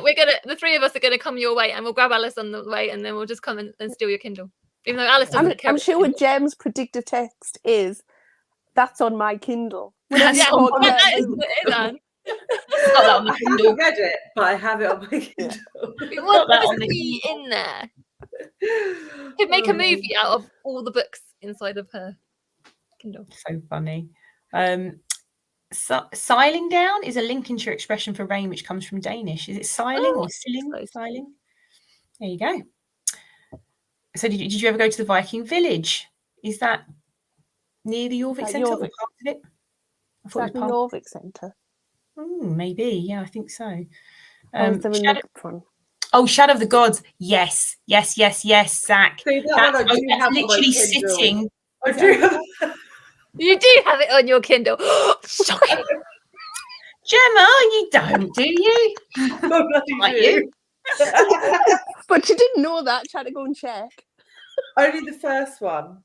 You're right, though. Okay. I've made mistakes in the past of buying the whole series thinking I'm going to love this series. And then you're like, why have I done that? But I've got the Malice by John Gwynne, which is the series he wrote before, the Faithful and the Fallen series he wrote before which I haven't started yet. I've got that on my Kindle too. Yeah, I bet you got that on your Kindle. I'm going to see if you've got half of the things I've got on my TBR on your Kindle. Yeah, for sure. Yeah, we should just look on our shelves. Right. That's why I think it is the Kindle of Dreams. Kindle of Dreams. It is. It's got all of the Kindle books you could ever I went 2 with the smells. Alice has been to Jorvik with the smells. Smelly Jorvik. There you go. Smelly Jorvik. Jack, Yes, Jem, read Assassin's Apprentice. She's telling me off. I knew you would tell me off. Read them in order. You don't have to do that, but you should do that. I mean, I'm usually a reading in order person. I am. I'm very my OCD. Won't let me. I tell you why I didn't read them in order. I read Assassin's Apprentice first, and I liked it a lot. And I was like, do I like it enough to read the other 50 million books in this series? I don't know. And then my brother read the Live Ship Traders, and he was like, oh my God. And when he says that, I'm like, I trust you. Like, he was pointing me like Game of Thrones and everything. I was like, great. And I read the Live Ship Traders trilogy and just absolutely blew me away. Like, they're top tier fantasy. They are amazing. So then that's made me go, you know what? I need to go back and read it all from the start again because I've missed out on the other ones. But she's right. Jack, we should make it our post-Abercrombie project. Yes. Post Abercrombie. Does Alice know that she's being booked into this? She'll be fine with it. Booking Alice into a project, she'll just say yes. You just know she'll say yes, whatever you do. Yeah. Hey, she's gonna like it a lot. Although Alice's heart. Having Don't said give her that, shocks like that. Yeah, you're just gonna be pulling Alice in. She'll love it. She loves it. She loves it. She loves it. Alice loves anything like that we suggest. Big chunky books. She's all for She'll love it. I'm sure she'll love it, but I love the fact that you've just agreed to it for her. I'm laughing because I know the chunky book is not her friend. I wasn't even like, if you want to join us, Alice, it's like, yeah, Alice. She's saying, look, those books are too long. Alice, you love them. Alice, you're going to be pulled in no matter what you say. You protest too much, you're going to be pulled in. You know it. Oh, she 100% is. She's already given in to Moby Dick for next year. It's like in Ulysses. The thing is, right, if you can, Alice, if you can be persuaded to read Ulysses, then you should definitely read Robin Hobb because you'll actually enjoy it. Enjoy the Hobb. I mean, nothing can be as bad as Ulysses, according to what you guys have said. Yes, also, Jem, Assassin's Apprentice, mega misery is true. There's mega misery in those books. There you go, then you've tapped some words there. The most miserable fantasy books of all time that I ever read years ago were the Thomas Covenant books by Stephen Donaldson. They're miserable. Darkness. That was grim before grimdark was even thought of. Zach, I love The Witch's Heart by Genevieve Gornichek, which is a Norse retelling. Oh, I have that on my Kindle as well. There's our predictive again, and so funny. There's a predictive text coming out. The Witch's Heart. I have to have a look. I'm gonna. Do you know with the chat, the live chat? You know you can access it afterwards. Is it right? You can only access it on like a laptop or PC because you can go on like the iPad to see. I can never access live chats afterwards on my phone. I have. When I've been watching your FOMO, not FOMO. That's us. Really? When I've been watching your plods. If I've missed plods, I'll watch it with the chat. Oh yeah, it'll stream the chat. You can have it next to it, so you know what you're talking about. What you mean. But I can't seem to do it on my phone. But I think it must only be a feature on the laptop. I think. But the reason I say it is just because I'm going to go back and look for some of these books because Zach seems to be mentioning quite a lot of really good ones actually. Yeah, Zach, you need to do like a little list and then like do a list, Zach. Yeah, because then she can screenshot it. Agree, Zach. Shadow of the Gods is brilliant. There we go. No, those books are too long. They're not. No book is too long if it's good. Just not long enough. Yeah, I do agree with that. Yeah. New middle grade. Salty Jack. Alice always. I've got my own book. Sail on the Kingdom of Dreams. Steal the Kingdom of Dreams. Yes. But Alice always complains about long books, but the Abercrombie ones are long. Abercrombie is long. And this is it. If you're really into the book, was long. Demon Copperhead is massive.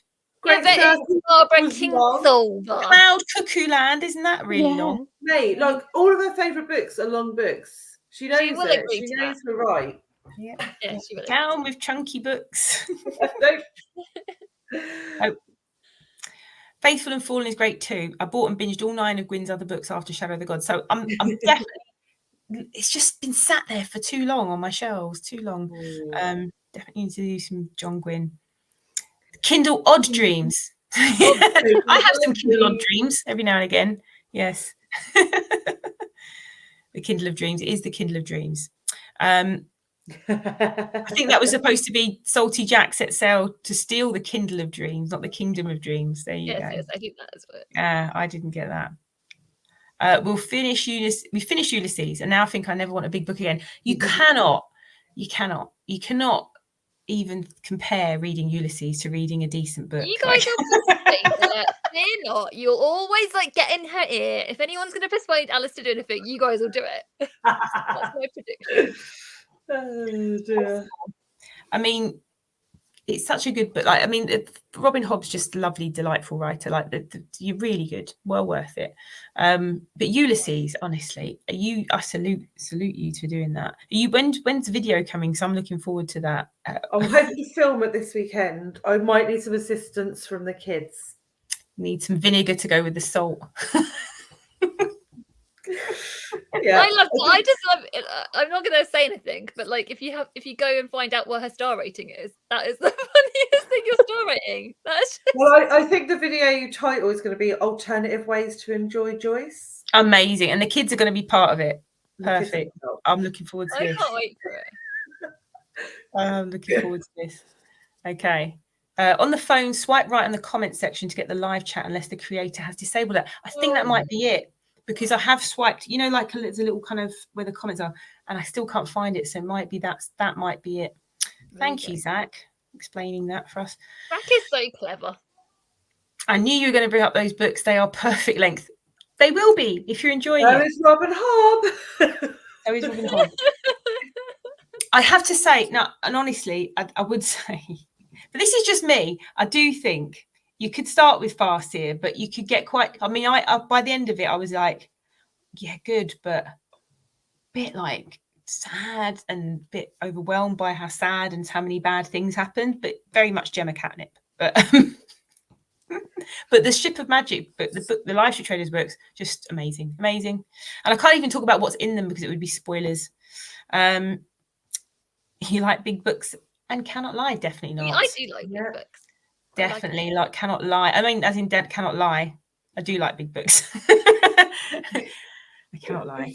It's the fact there are millions of pages and there are a million of them. There are not a million of them, Alice. We're about to go to book 7 of Abercrombie. And if it's not that, you'll be reading something else with them anyway. You know you're going to do it. You just know it. For sure. Ship of Magic? No, don't bring that. That's evidence.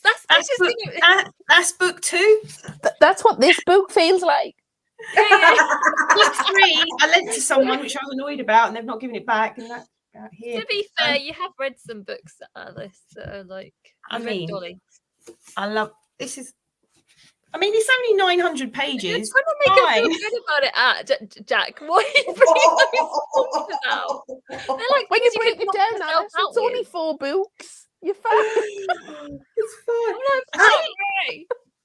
I tell you what's happened since being on YouTube is I love a big book. I love them. If it's a good book, you love it because you just want to stay in that world, right? Yeah, I agree. But starting YouTube, and since I've been on BookTube and I've got so many things to do and read, I avoid them because I'm like, well, if I'm reading that, then I can't be reading this and this and this and this. I've only finished 5 books in the time it takes me to finish that book, which is really awful. It's one thing I do want to kind of push back against a little bit of stuff. I am reading A Suitable Boy at the moment, so that still counts. I mean, that is a very, very big book. But, how far in are you, Jack? Because I'm still only in about 400 pages in. I'm on chapter, section 13 or whatever it's part 13. I've just started part 7. I'm on part 13. I feel like it is the sort of book you can dip in and out of because it's so like it's not huge. There is plot, but it's quite episodic. It's not very you don't have to sit and power through it. Though the first time I read it, I did because I used to read one book at a time back then. But it's really amazing how he evokes like that whole time in India and what's going on and the cast of characters. And what I'm really enjoying about him more now is the characters are so funny. Like they're brilliantly written characters. He's an amazing writer. And I'm really pleased to be reading it because he's apparently releasing A Suitable Girl next year. Yeah, I heard. Plan, isn't it? That's what they think. But apparently he's been saying that for a few years, so yeah, we'll see. Who knows? Favorite book of all time is Fool's Fate, which is book 9 of Robin Hobb. Here we go. Jack, stop misleading people. Yes, you mustn't start with this one. Don't start with that one, but it's very good. Suspect them of being the kind of fantasy books where everyone has weird names. Not true. Maybe. I can't remember their names. Just say not true, Jack. Just don't tell her.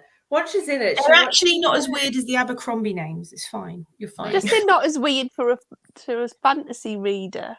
It's all relative. Exactly. It's all relative, exactly. And also, let's get this straight here. Alice wasn't reading fantasy. I recommended her Joe Abercrombie and she loved the first book and we've been reading that. And then she's read the 5th season, the N.K. Jemisin she loved it. Trilogy, and she loved it. So, like, you know. She's going to come round to this idea. She'll come round to Robin Hobb. Trust me. It's fine. You love it. 900 run out. She's out. Just think of it as 2 450-page books. Yeah. Oh dear. Live ship trade is great, but after Farsi, and there's a this is it. We're just gonna have this back and forth. I listen to Chatty, listen to Charlotte. She knows. There are a million Jack Reacher and Agatha Christie books that Alice has read. This is a good point. Exactly, this is a good point. Although I suppose they are like thrillers and crime books. They're quite fast paced. Yeah, but fantasy's pretty fast paced. That's very fast paced. Like these, you know, this is, you know, why it holds my interest, fantasy, a lot of the time. Yeah. I can't. It's not Charlie's cup of tea, I think. It's the thing. I just know because I don't know. I can't actually. The words aren't gonna like come out right now. No, I know. It's getting on, isn't it? Good evening, ladies. That's Julie. Hi, Julie. Hi. No, I think it's just I'm not good with the words normally, and then it gets to a point. I'm not good with the words. I word bad sometimes. You're amazing with your words. You're brilliant. You're literally like a wordsmith. Not at all. You are. Not at all. But thank you, but I'm not. But you can buy it in 2 volumes of 450. So no, but Alice, what I'll do just for you is I'll buy it, I'll cut it in half. I knew you were going to say that. And then you've got 2 volumes. I knew you were going to say that, Jem. I totally would do that. Are you going to actually cover for her? What I would say, Alice, is you do these on audio because the audiobooks are amazing. Are they good? They are very good. The audiobooks are very good. Audio. I'm so excited for this after Abercrombie. Definitely. Same. It's like a good, let's just carry on with this. You're good. You're gonna love Fitz. It's Fitz, isn't it? The character in the first one. Enjoying the peer pressure on Alice, although Assassin's Apprentice is small though. Actually, yes, I've got that too. It is small. It is small. That's the first one. It's small. Charlie it's like 20 pages. my friend Charlie likes the Robin Hood books. So, but yes, the fact that you're not much into fantasy, but you like your historical fiction, Ange. So actually, I think fantasy would probably suit you for sure. Yeah. I think it has to be the right type of fantasy. I actually think Ange would really like Abercrombie. Yeah, no, I think anyone would like Abercrombie. Don't bring me into your FOMO. Yeah, Ange, they're trying to get you. They're trying to get you, Ange. We have got a whole Abercrombie trilogy to go. We've actually got the short stories, then the trilogy. So we've got another 4 books to go. 4 books to go. So just planning ahead.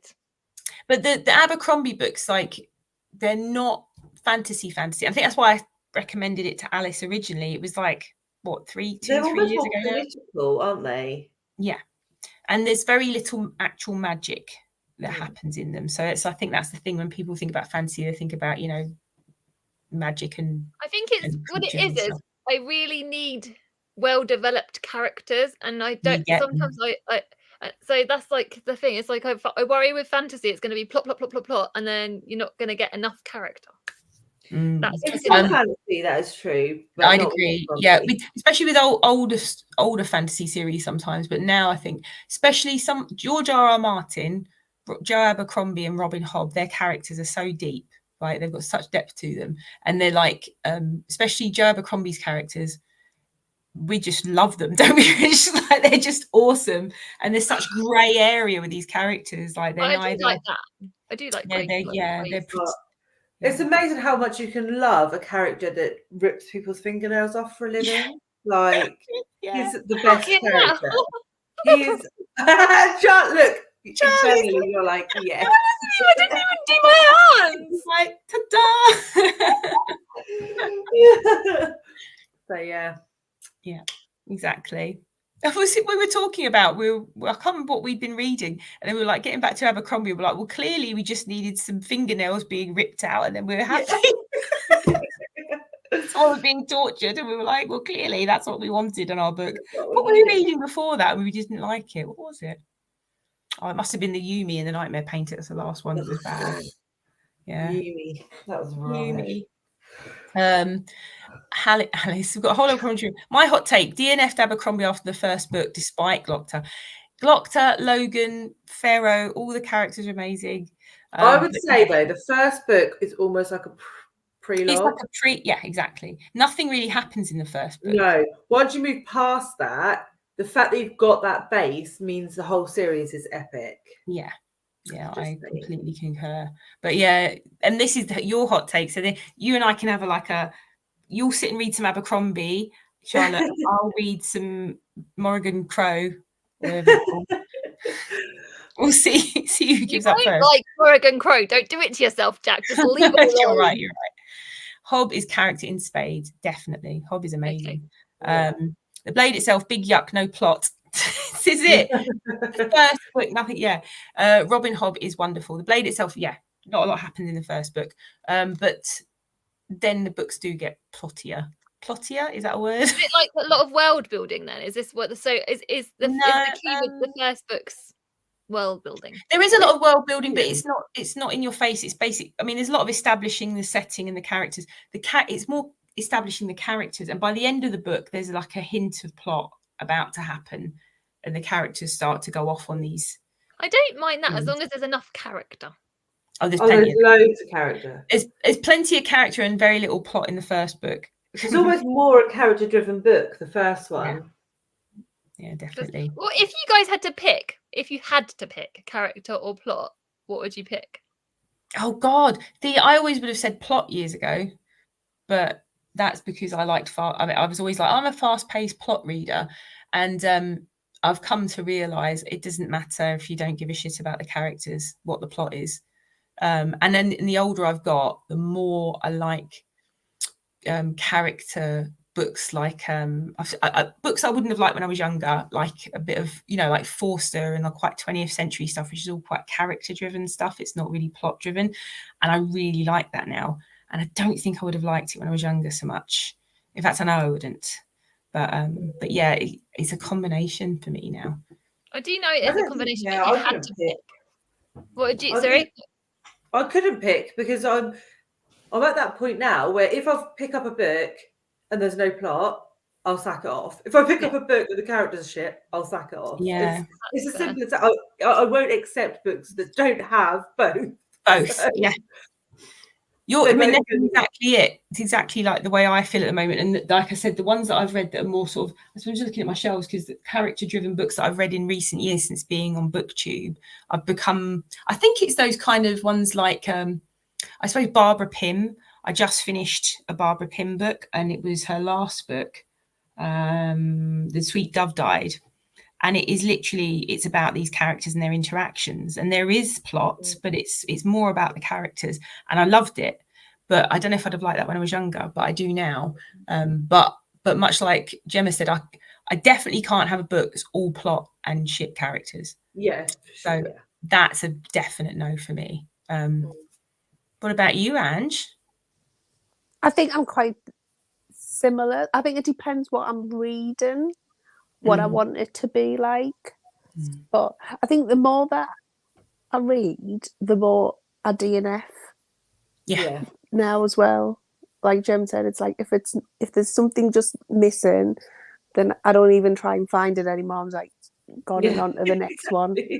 I'm the same. Well, apart from I've got some of the women's prize books. So.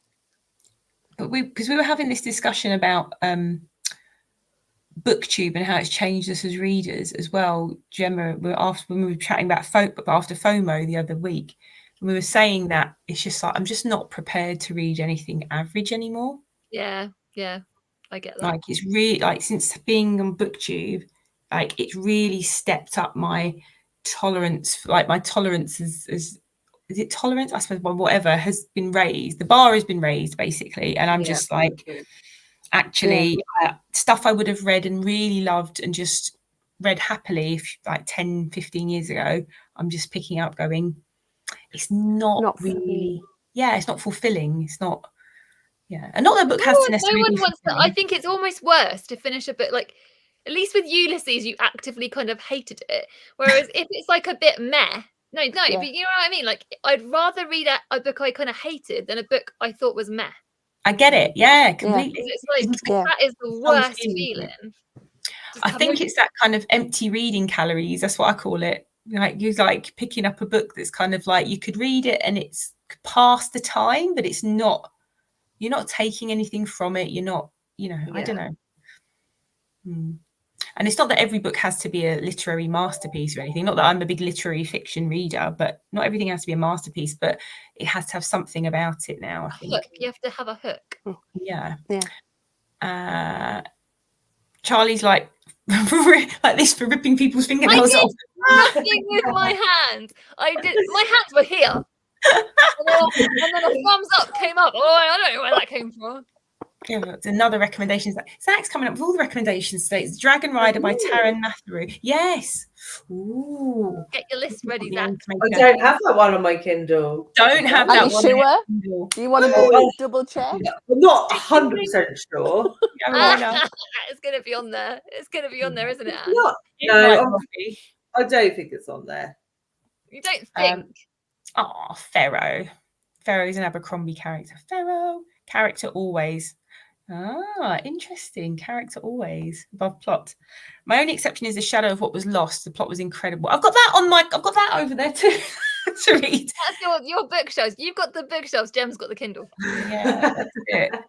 Of all the fantasy that I've got parked to read, it was incredible. Oof, I have to give it a go. See, characters in the Blade itself was so unlikable. 800 pages, and this is it. If you don't like them, you're not that. Then don't read that book. That book I would. If you get into it and you think, oh gosh, I don't like these people, but to start with, you're not supposed to like them. You kind of see the worst side of them to start with, and then they develop. Love a good character, but I do need more plot than this year's Women's Prize judges. There you go. Hi, Brian. Hello. Hi, Brian. What time is it in Texas? This is the thing. Yes. Is it like half like tea time? Well, I would call it tea time. Yeah, so not too. Like 6ish. Yeah. Yeah, probably that. I suppose it's 5-6ish. 5-6 hours around behind us. Yes, BJ, I couldn't root for anything and wanted to punch Giselle. Does Pharaoh and Logan have other character than Gur, Menace, Loom? They do. They do have a lot more depth to them than that. And Giselle's character arc is I know. Giselle's character arc is amazing, actually. Because when we first read it, and Gemma and Alice were like, I hate him, and I was just sitting there going, Is Giselle the fingernail hate him now, but is Giselle the fingernail ripper? Who's the fingernail? No, Glocta. Yeah, but he's an inquisitor, like an Inquisition kind of torturer. But he's very good. But yeah, Giselle has an amazing character arc. It's you can end up like going from, it's pretty good writing if you can go from completely hating a character to really loving them and going, oh, actually, I really like you now. Agree, Charlie. Meh is the worst. Hate reading can be sometimes fun if it's a buddy read. Definitely. Yeah, for sure. With that hate buddy read of Flowers in the Attic was one of the worst books ever. I couldn't even manage to get through it, even with the it was awful. It's awful. It was the worst book I've ever read by far, I think. I will never read a book with a part 13 that isn't near the end. That's good advice. I Good must say that advice. Yeah. My bar got raised in a different way. I'm only on my 73rd book of the year and only 15. Wait, 1 5-star. Sorry, I'm just looking at 15. Only 1 5-star. Project Hail Mary by Andy Weir, which I've yet to read. Great book. I loved The Martian. Is that his latest one? Is that his latest one? I don't know if is it his most recent. Yes. I don't think he's released anything since, has he? Yeah, it is his most recent one. He must be due a new one, actually. A few years ago, that wasn't it? I've got the audiobook. The audiobook's supposed to be awesome of it, isn't it? It is amazing. It's so amazing. Yeah. Read that, Jack. Read it now. That's what I should read. I want to read all of it now. This is the problem. How will Gemma and Alice treat themselves over Ulysses? What are you going to give yourselves as a treat? Are you doing bookish treats at the moment post Ulysses? Not really. Well, I did just buy myself the last Saga graphic novel. I knew you were going to say Saga. Nice. That is a treat. I was happy to find them on Everand, and then also I was decided to start reading it on the train home on my iPad, which was propped on the table. And then I was like a little bit into it, and I went to a panel, and there was like a sex scene on the panel, and I was just looking around, like making sure no one was behind me, looking at it, and I was like, oh, maybe I'll read that, not on the train. Soldier Sailor and Restless Dolly were hate reads. Hated them for most of the reading. Oh dear. Soldier Sailor's the best. I love Soldier Sailor. I enjoyed Soldier Sailor. I love that's also on Everand, isn't it? And the audio is really great, Jack. Have you got Everand still? Yeah, Everand. Gem's got it. I've got it. It's really, really good. Yeah, so Everand, I started the audiobook, but then I was like, is it a bit too mum's experience for me? Because as you know, I'm not a mum, so I really don't know if I could be bothered relating to it, to be honest with you. But there are loads of men that like it. I know. Parent experience with you being a teacher. You know what? Because it's just like if you experience. Yeah. I mean, this is it. I'm not saying I wouldn't read it, but I'm just like, will it be something that I mean, on paper, it doesn't look like my kind of book, but you all love it. Don't make yourself. Don't. Yeah, I will give it a go. But this is the thing. It doesn't mean, because I'm very eclectic in my reading tastes. So I'll give stuff a try. And if I don't like it, I'll just DNF it. But I'll give it a go because it's on Everand. I'll give it a try. Yeah, no power with that. Thanks. This is so fun. Supposed to be doing notes from work, fail, but a very welcome distraction. Enjoy your weekend. Yes, thank you for joining us for this lovely chat. Yeah. And we will talk more about series when we see you next. Alice, I'm going to reward myself by never reading Joyce again. Actually, I'm not really anything apart from Buffy graphic novels. Good for you. Let's talk about this. Book you'll never read, or an author you'll never read. Ooh. Controversial. Let's do all the salt tonight. Let's get it out. I don't know. There's so many. I don't know. We need to get some chips with our salt and vinegar. I've already read Taylor Jenkins Reid. Let me think. I'm trying to think if there's. See, I enjoyed Taylor Jenkins Reid, apart from the one that was all tennis. Oh, the Carrie Soto. I loved Evelyn Hugo, and I really enjoyed Daisy Jones and the Six. I got one. Go on. Sarah J. Maas. I don't want to read Sarah J. Maas. Yeah, don't do that. Same. I read Sarah J. Maas, so you don't have to. When I went on Instagram and she was everywhere, and I was like, who is this? And this sounds like I should like it because it's, like a fairy tale retelling and everyone loves it. And I read the first one and I was like, what is this? But I then felt compelled to read the next two because it wasn't, like I said, it wasn't a hate read, but it was bad. It wasn't good, but it was good enough, the plot, to keep me gripped to listen to it, because I was like, and also hated the character. The main character was so badly written and awful. And all the way through, I was just like, oh, I really hated on her. So that was kind of a bit of a hate read in some ways, but the plot was okay and it kept me interested. But it was masses of fairy porn. I wasn't expecting all of that smut in those books. That's not what I thought. I wasn't expecting. They're just absolutely filth. They're filthy. Yeah. Absolutely. And then I thought, then it's like, well, the fourth one, and the fourth one's like, this one's clearly for the fans, because the first three are a trilogy and stuff happens and you want to see what's going to happen. And then the fourth one was just like a Christmas book for the fans. And I was like, this is so awful. It's so bad. I DNF'd it. And then she brought out Crescent City and everyone was like, this is amazing. Sarah J. Maas does grown-up fantasy. And I started reading. I was like, no, it's not. It's bullshit. It's exactly the same. It's not. It's rubbish. Oh, I just did not like it. But it does have a lot of love. And what I would say about it is I know some people who haven't read in years who've read because of that, much like the 50 Shades of Grey effect. And so whilst it wasn't for me, I think I appreciate the fact that it does, you know. Do you know what? Any book that gets people reading, I think that's all. Exactly. But in terms of authors, for me, definitely James Joyce. Never read James Joyce. And I will never, ever, I don't think I will ever read Virginia Woolf. Put that out there. That's me. I love Virginia Woolf's books though, even though I think she's a bit, I think I would try and read A Room of One's Own because it's like a feminist classic, I think. Oh, is that the non-fiction? Yeah. That's it's not very, that's really short.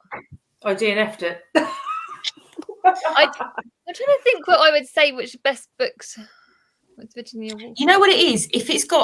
If it has, I'm sure we've talked about this before, if it's got a stream of consciousness or magical realism, I am out. I'm out. I do enjoy a bit of stream of consciousness. No, it doesn't do it. The Lighthouse was quite good, but yeah. And I loved Orlando, but it was really, really racist. Like, I know a lot of her books are, like, people say that a lot about her writing. It's really like. I stayed at the hotel last year in Cornwall where she stayed for a honeymoon, and where the lighthouse that's supposed to be apparently to do with the book is. So yeah, I was like, oh, should I read it as part of my Southwest Stories project? And I was like, no, I won't. That's the debate, though, isn't it? When you read in something that is now historical, but you're reading it with a modern lens. Yeah, it's hard. And it's sort of like you still need to read it to understand what that time was like and how progressive we've become. So no, I agree. I was having this discussion with someone recently about we were talking about censorship in general, and just saying people can make up their own minds about what they want to read and don't want to read, and they can be offended or not be offended by it, but they should have the choice rather than having it taken away from them. Yeah, so I'm firm on that one, because we got in a big censorship discussion in our FOMO chat, didn't we, Gemma? For some reason, I think we were chatting about it, weren't we? Oh yeah, because Bridge to Terabithia has been banned. Banned book in America, some places in America. Yeah. But America, they banned all the books, don't they? Oh, they ban everything. They ban everything for ridiculous reasons. Honestly. Yeah, exactly. Yeah, it's that thing, though, isn't it? Because books don't have a certification, so bookseller can sell you any book, unlike you can't go to an 18 movie or whatever. So you can just buy any book, but then there's other parts of it saying, well, we shouldn't put these books in these certain places, so you can't have it both ways. So you can't say we want our books everywhere we want, but then be in the same community says, but we need to make sure that these books are not read by this age group. And it's usually to do with bans in school libraries. Yeah. It's usually to do with in America. And there's I was just said in our chat before, there's an amazing podcast by John Ronson on BBC Sounds, and it's the Culture Wars, and it's all about how different culture wars have started. And what he does is he tries to go back to kind of the root of something and look at the historical context that has now been blown way out of proportion in modern times.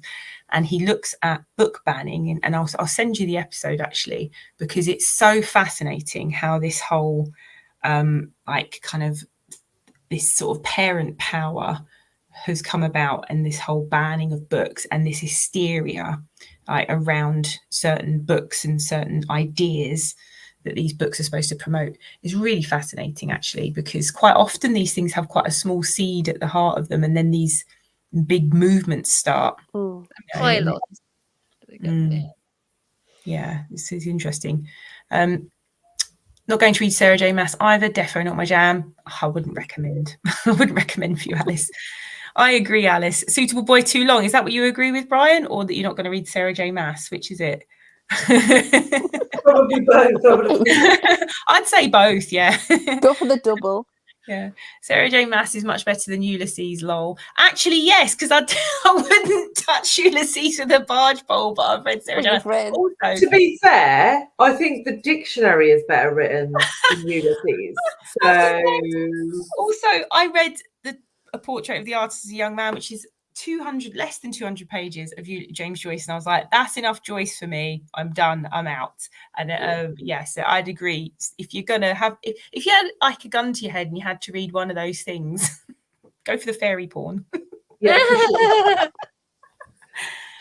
Everything's probably better than Ulysses. Yep, Agree. I don't think Alabama has banned any books. Is that humorous or is that actually true? I don't know. Brian says almost 5 p.m. 5 p.m. in Texas. It is now, what is it, 10 to 11, ladies? I'm probably going to go in now. Yeah, I think we're going to have to call it a night, aren't we? I'm very sleepy. I've got to get up. I think we've done well talking, though. Saying actual words past 10 o'clock. We've done very well. But that's because you're always so fascinating to talk to. Yeah.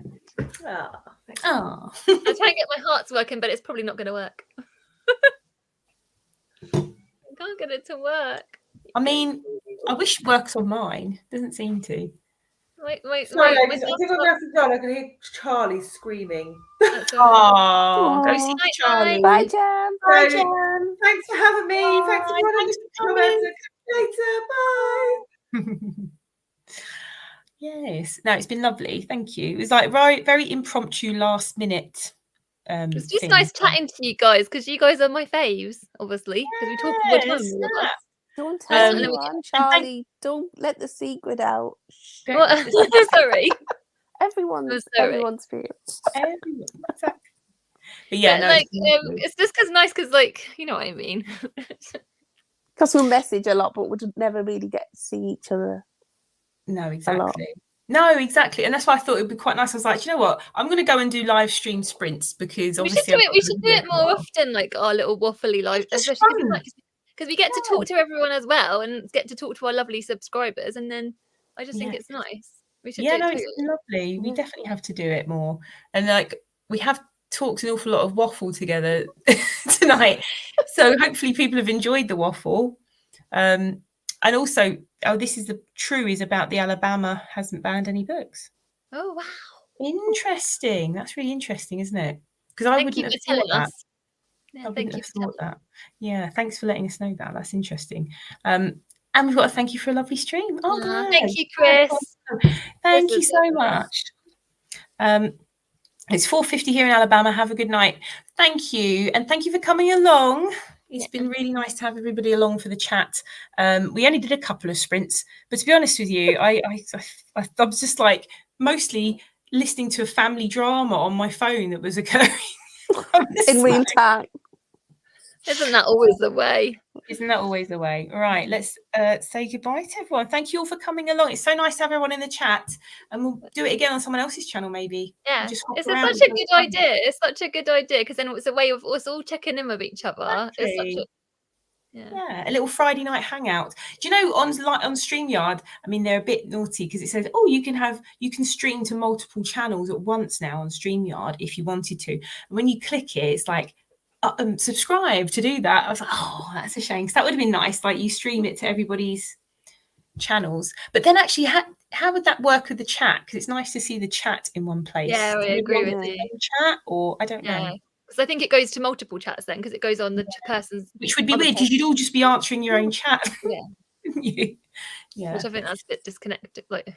Yeah, but we'll definitely do it again. I'm happy to just try a random Friday or Sunday or whatever, like when people are free to do it. We should do it. Sleep tight, Alice. Sleep tight, Alice. And where did she go?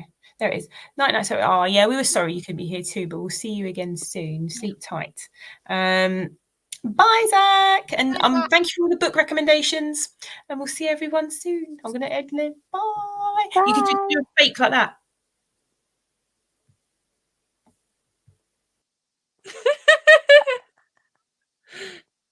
Has it ended? Oh, he's still there. We're still here. We're still there. We're still here. Come back, Jack. She's left us. She's left us. How do we end it? Booktubers. Come back. Should we just, if we leave? I did the wrong thing. We're like, we're still here. Me and Anna, like, Studio, not end stream. Sorry, let's do this. Now I'm doing it. End stream.